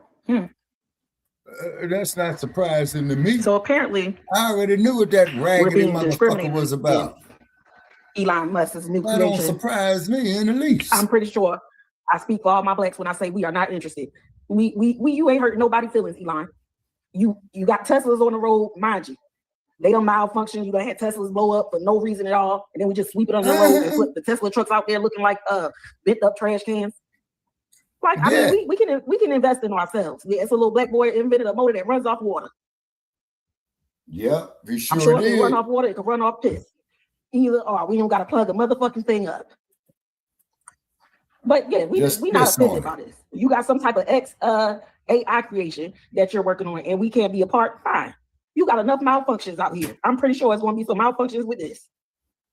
And then you also working. Now I'm gonna need you to keep that same energy when it comes to the Neuralink that you're working on. Then let me explain the Neuralink to you. The Neuralink, it connects your phone to your brain. Now, could you imagine that you can buy a brand new phone today, brand new number, and an Indian person is calling you trying to sell insurance? I mean, they call me all day long. I gotta put I get them same goddamn bullshit ass calls too. With medical insurance, and I cuss the motherfuckers out and hang up and block the goddamn number. And then the fucked up part about it is, people, the same motherfucker will call me back the next don't call day. us when it malfunctions on your ass. Got all these movies talking about it's humans against the robots. You the one making the fucking robots, bitch. Yeah. Don't call us, okay? You right about Elon that. Musk's AI company sues the state of Colorado in federal court over the state's AI law, which aims to ban algorithmic discrimination. Musk's company, Hey, brother Che, there's the issue for you right there in Colorado, homie. Quoting from the lawsuit here, it says, xAI has designed and developed Grok to answer to only Brother evidence Che? and reason without regard to political correctness, ideological biases, or anything that might distort objective truth. The lawsuit argues Colorado's law now seeks to force xAI to abandon its disinterested pursuit of truth and instead promote the state's ideological views on various matters, racial justice in Is particular. everybody still The up? quick history of Colorado's law is that the governor signed the bill into law in May 2024. The initial law was supposed to go into effect this February. In a special session last summer, the legislature changed the law so that it goes into effect at the end of June. And now Musk is suing to stop the law from ever going into effect because they argue it is unconstitutional. Did you know that robots could be racist? Elon Musk is currently suing the state of Colorado for infringing on his right to be racist. The state of Colorado has officially outlawed the ability for artificial intelligence to use discriminatory practices in hiring. Elon Musk didn't like that. He and his team argued that if you stop AI from not hiring Black applicants, it is now an infringement on their American right of freedom of speech. Now, here's why that's important. AI is on trajectory of being $1 trillion industry. If we do not act now, we will then be pushed out of the biggest economic boom of our lifetime. Here's what we have to do. The only way to beat a racist is with revolution. We need more Black ownership, more Black venture capitalists, and more Black engineers. I've been saying that for the last goddamn 10 years. We control who comes in the room. We control who's being hired. But you all let me know what you think. Are you all concerned that AI might be racist? Especially a lot of so-called Black content creators suggesting that this is about this dude, Elon Musk, fighting to exercise his racism. Okay. And, you know, man, so-called Black people who are the audience, you also, man, got to know when you got a lot of these old weak, pathetic content creators. Yeah, it's got us now. I wouldn't get that bastard a couple of piss if he was dying out here in this desert of thirst in June. And, you know, a lot of them, they see one content creator do it, they are likely to do it, especially if they have the audience. Okay. You know, they see that they're bubbling with their audience with it, they'll pull up and say it too. You don't really know what they are. Okay. Brother Che. Okay, that last guy, I just skipped over him because he's getting all off subject. Oh, you just want to, I don't want to hear that. You know, stay on subject. So anyway, look, y'all, the bottom line is we don't owe Elon nothing. And he doesn't realize if he passed this law, technically we would be able to set up an AI company and keep white people out. You know, and it would be nothing they could say. We don't have the resources, Lisa, honey. So, you would need trillions of dollars to do that. There is nothing that man got that I want. So he certainly will never get my business, whether he wins this court case or not. It doesn't matter. I don't want to do any of his products. I don't. I have no desire for no Tesla. Personally, I think in that Cybertruck is the ugliest thing I've ever seen in my life. Even the raccoons confuse it for a dumpster. Okay, that says a lot. Your car looks like a damn dumpster. So, and Starlink, they said it's very expensive. I don't want any satellite service from Elon Musk. I don't want none of that. But everything, y'all, is virtually AI, whether you recognize it or not. Now, a lot of times when you fill out applications, it's not a person deciding whether you get an interview or not, it's AI. And now banking use a lot of AI to determine whether you should get a loan or a credit card or a mortgage or not. It's not people doing that. A lot of it is AI now. When you go to even the hospital, sometimes they'll put you in front of a computer to fill out your name, your address, your insurance, and all that stuff. And it's all AI. So it's more AI out here than you can even imagine. It's a lot out here. And if he succeeds, then we'll get turned down all the time. And that's what he wants. So if we're trying to get loans or anything done in our lives and we have to go through AI, Elon wants the right to discriminate and not give us a loan, not allow us to enroll in a certain school. That's what he wants to do. Okay, this is just his discriminatory way of shutting us out and not doing it through a human being anymore, but the AI doing it instead. And his AI shit will grow on its own. Elon, if I could wish for anything for you, I wish you could get deported. I really do. I think you have taken so much money that you weren't even eligible for. But, you know, people like you don't have to be eligible in order to get things. We already know that. Even if you're a foreigner, if you are the right persuasion, you can get whatever you want. And this man left Doge. And not long after he left Doge, he got $1 trillion contract.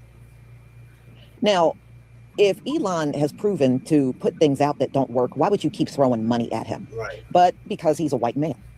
That's why you keep throwing money at him and keep overlooking all the flaws that you're seeing. You know, and it's never going to be enough. I say pack up this apartheid baby and send him right back to South Africa. Brother Che, that's what I'm saying. The Boers are Elon the has not white put out one Dutch. product that is a necessity for this country. Not one product. Yeah. Okay, that's why they have shut the market on Chinese electric cars, which they said are way better, way cheaper, and you got everything in there. And fuck them too, Lisa. And because those cars work better than Elon, America has shut them out of the market. But guess who's getting them now? Canada. Canada got a deal with China. So they're going to start importing cars over to Canada, and they're going to be able to drive those cars. And they said they're way better than Tesla and cheaper. But in this country, they have shut them out. They won't let the Chinese sell their electric cars over here. So y'all, I'm going to go ahead and conclude. Thank you so much for being here. Thank you for your support. I deeply appreciate it. And be on the lookout for my next live. Shalom, family. Shalom, Lisa. All right, Lisa. Okay, ladies and gentlemen, we want to thank everybody for tuning in tonight here. Season 11, episode 32 of Shabaka's Blacc Experience Enhanced in conjunction with Frontline Black News. Definitely go to our like page on Facebook, Shabaka's Blacc Experience Enhanced, and please follow it. Also, too, definitely check out the Revolutionary Agenda with Lady Che, and definitely check out Frontline Black News. We appreciate all, coming in and what have you. And please share this video far, far and wide, because I got my damn YouTube channel on private and I'm trying to get it to go public and I can't figure out the fucking algorithm. This is the problem with this AI shit. You see what I'm saying? And then just like how I keep getting these bullshit ass calls from these healthcare providers. Oh, is this Shabaka saying, Corey? Man, who the fuck is you? Well, Shabaka, we talking about, medical click. You know what I'm saying? Yeah. Click. So, you know what I mean? With us, shout out to Dynamite for coming through. Shout out to our guys. Yeah, Goddess Nami. Shout out there to Big Dog, all our regulars. And then please share this episode. No, not Breeze. Breeze didn't come through. Crow came through. He's not supposed to be up there on this show. Crew is not allowed on Shabaka's Blacc Experience Enhanced. Okay.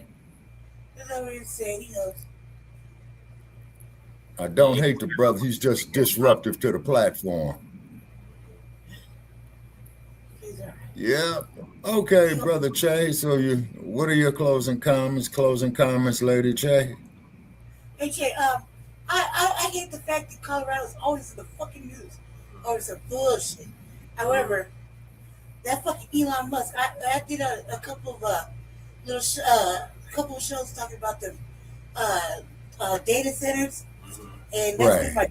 I've been on that ass lately about the data centers because they take up a lot of resources. They're meant to kill us because they want to kill us, and that one in Memphis.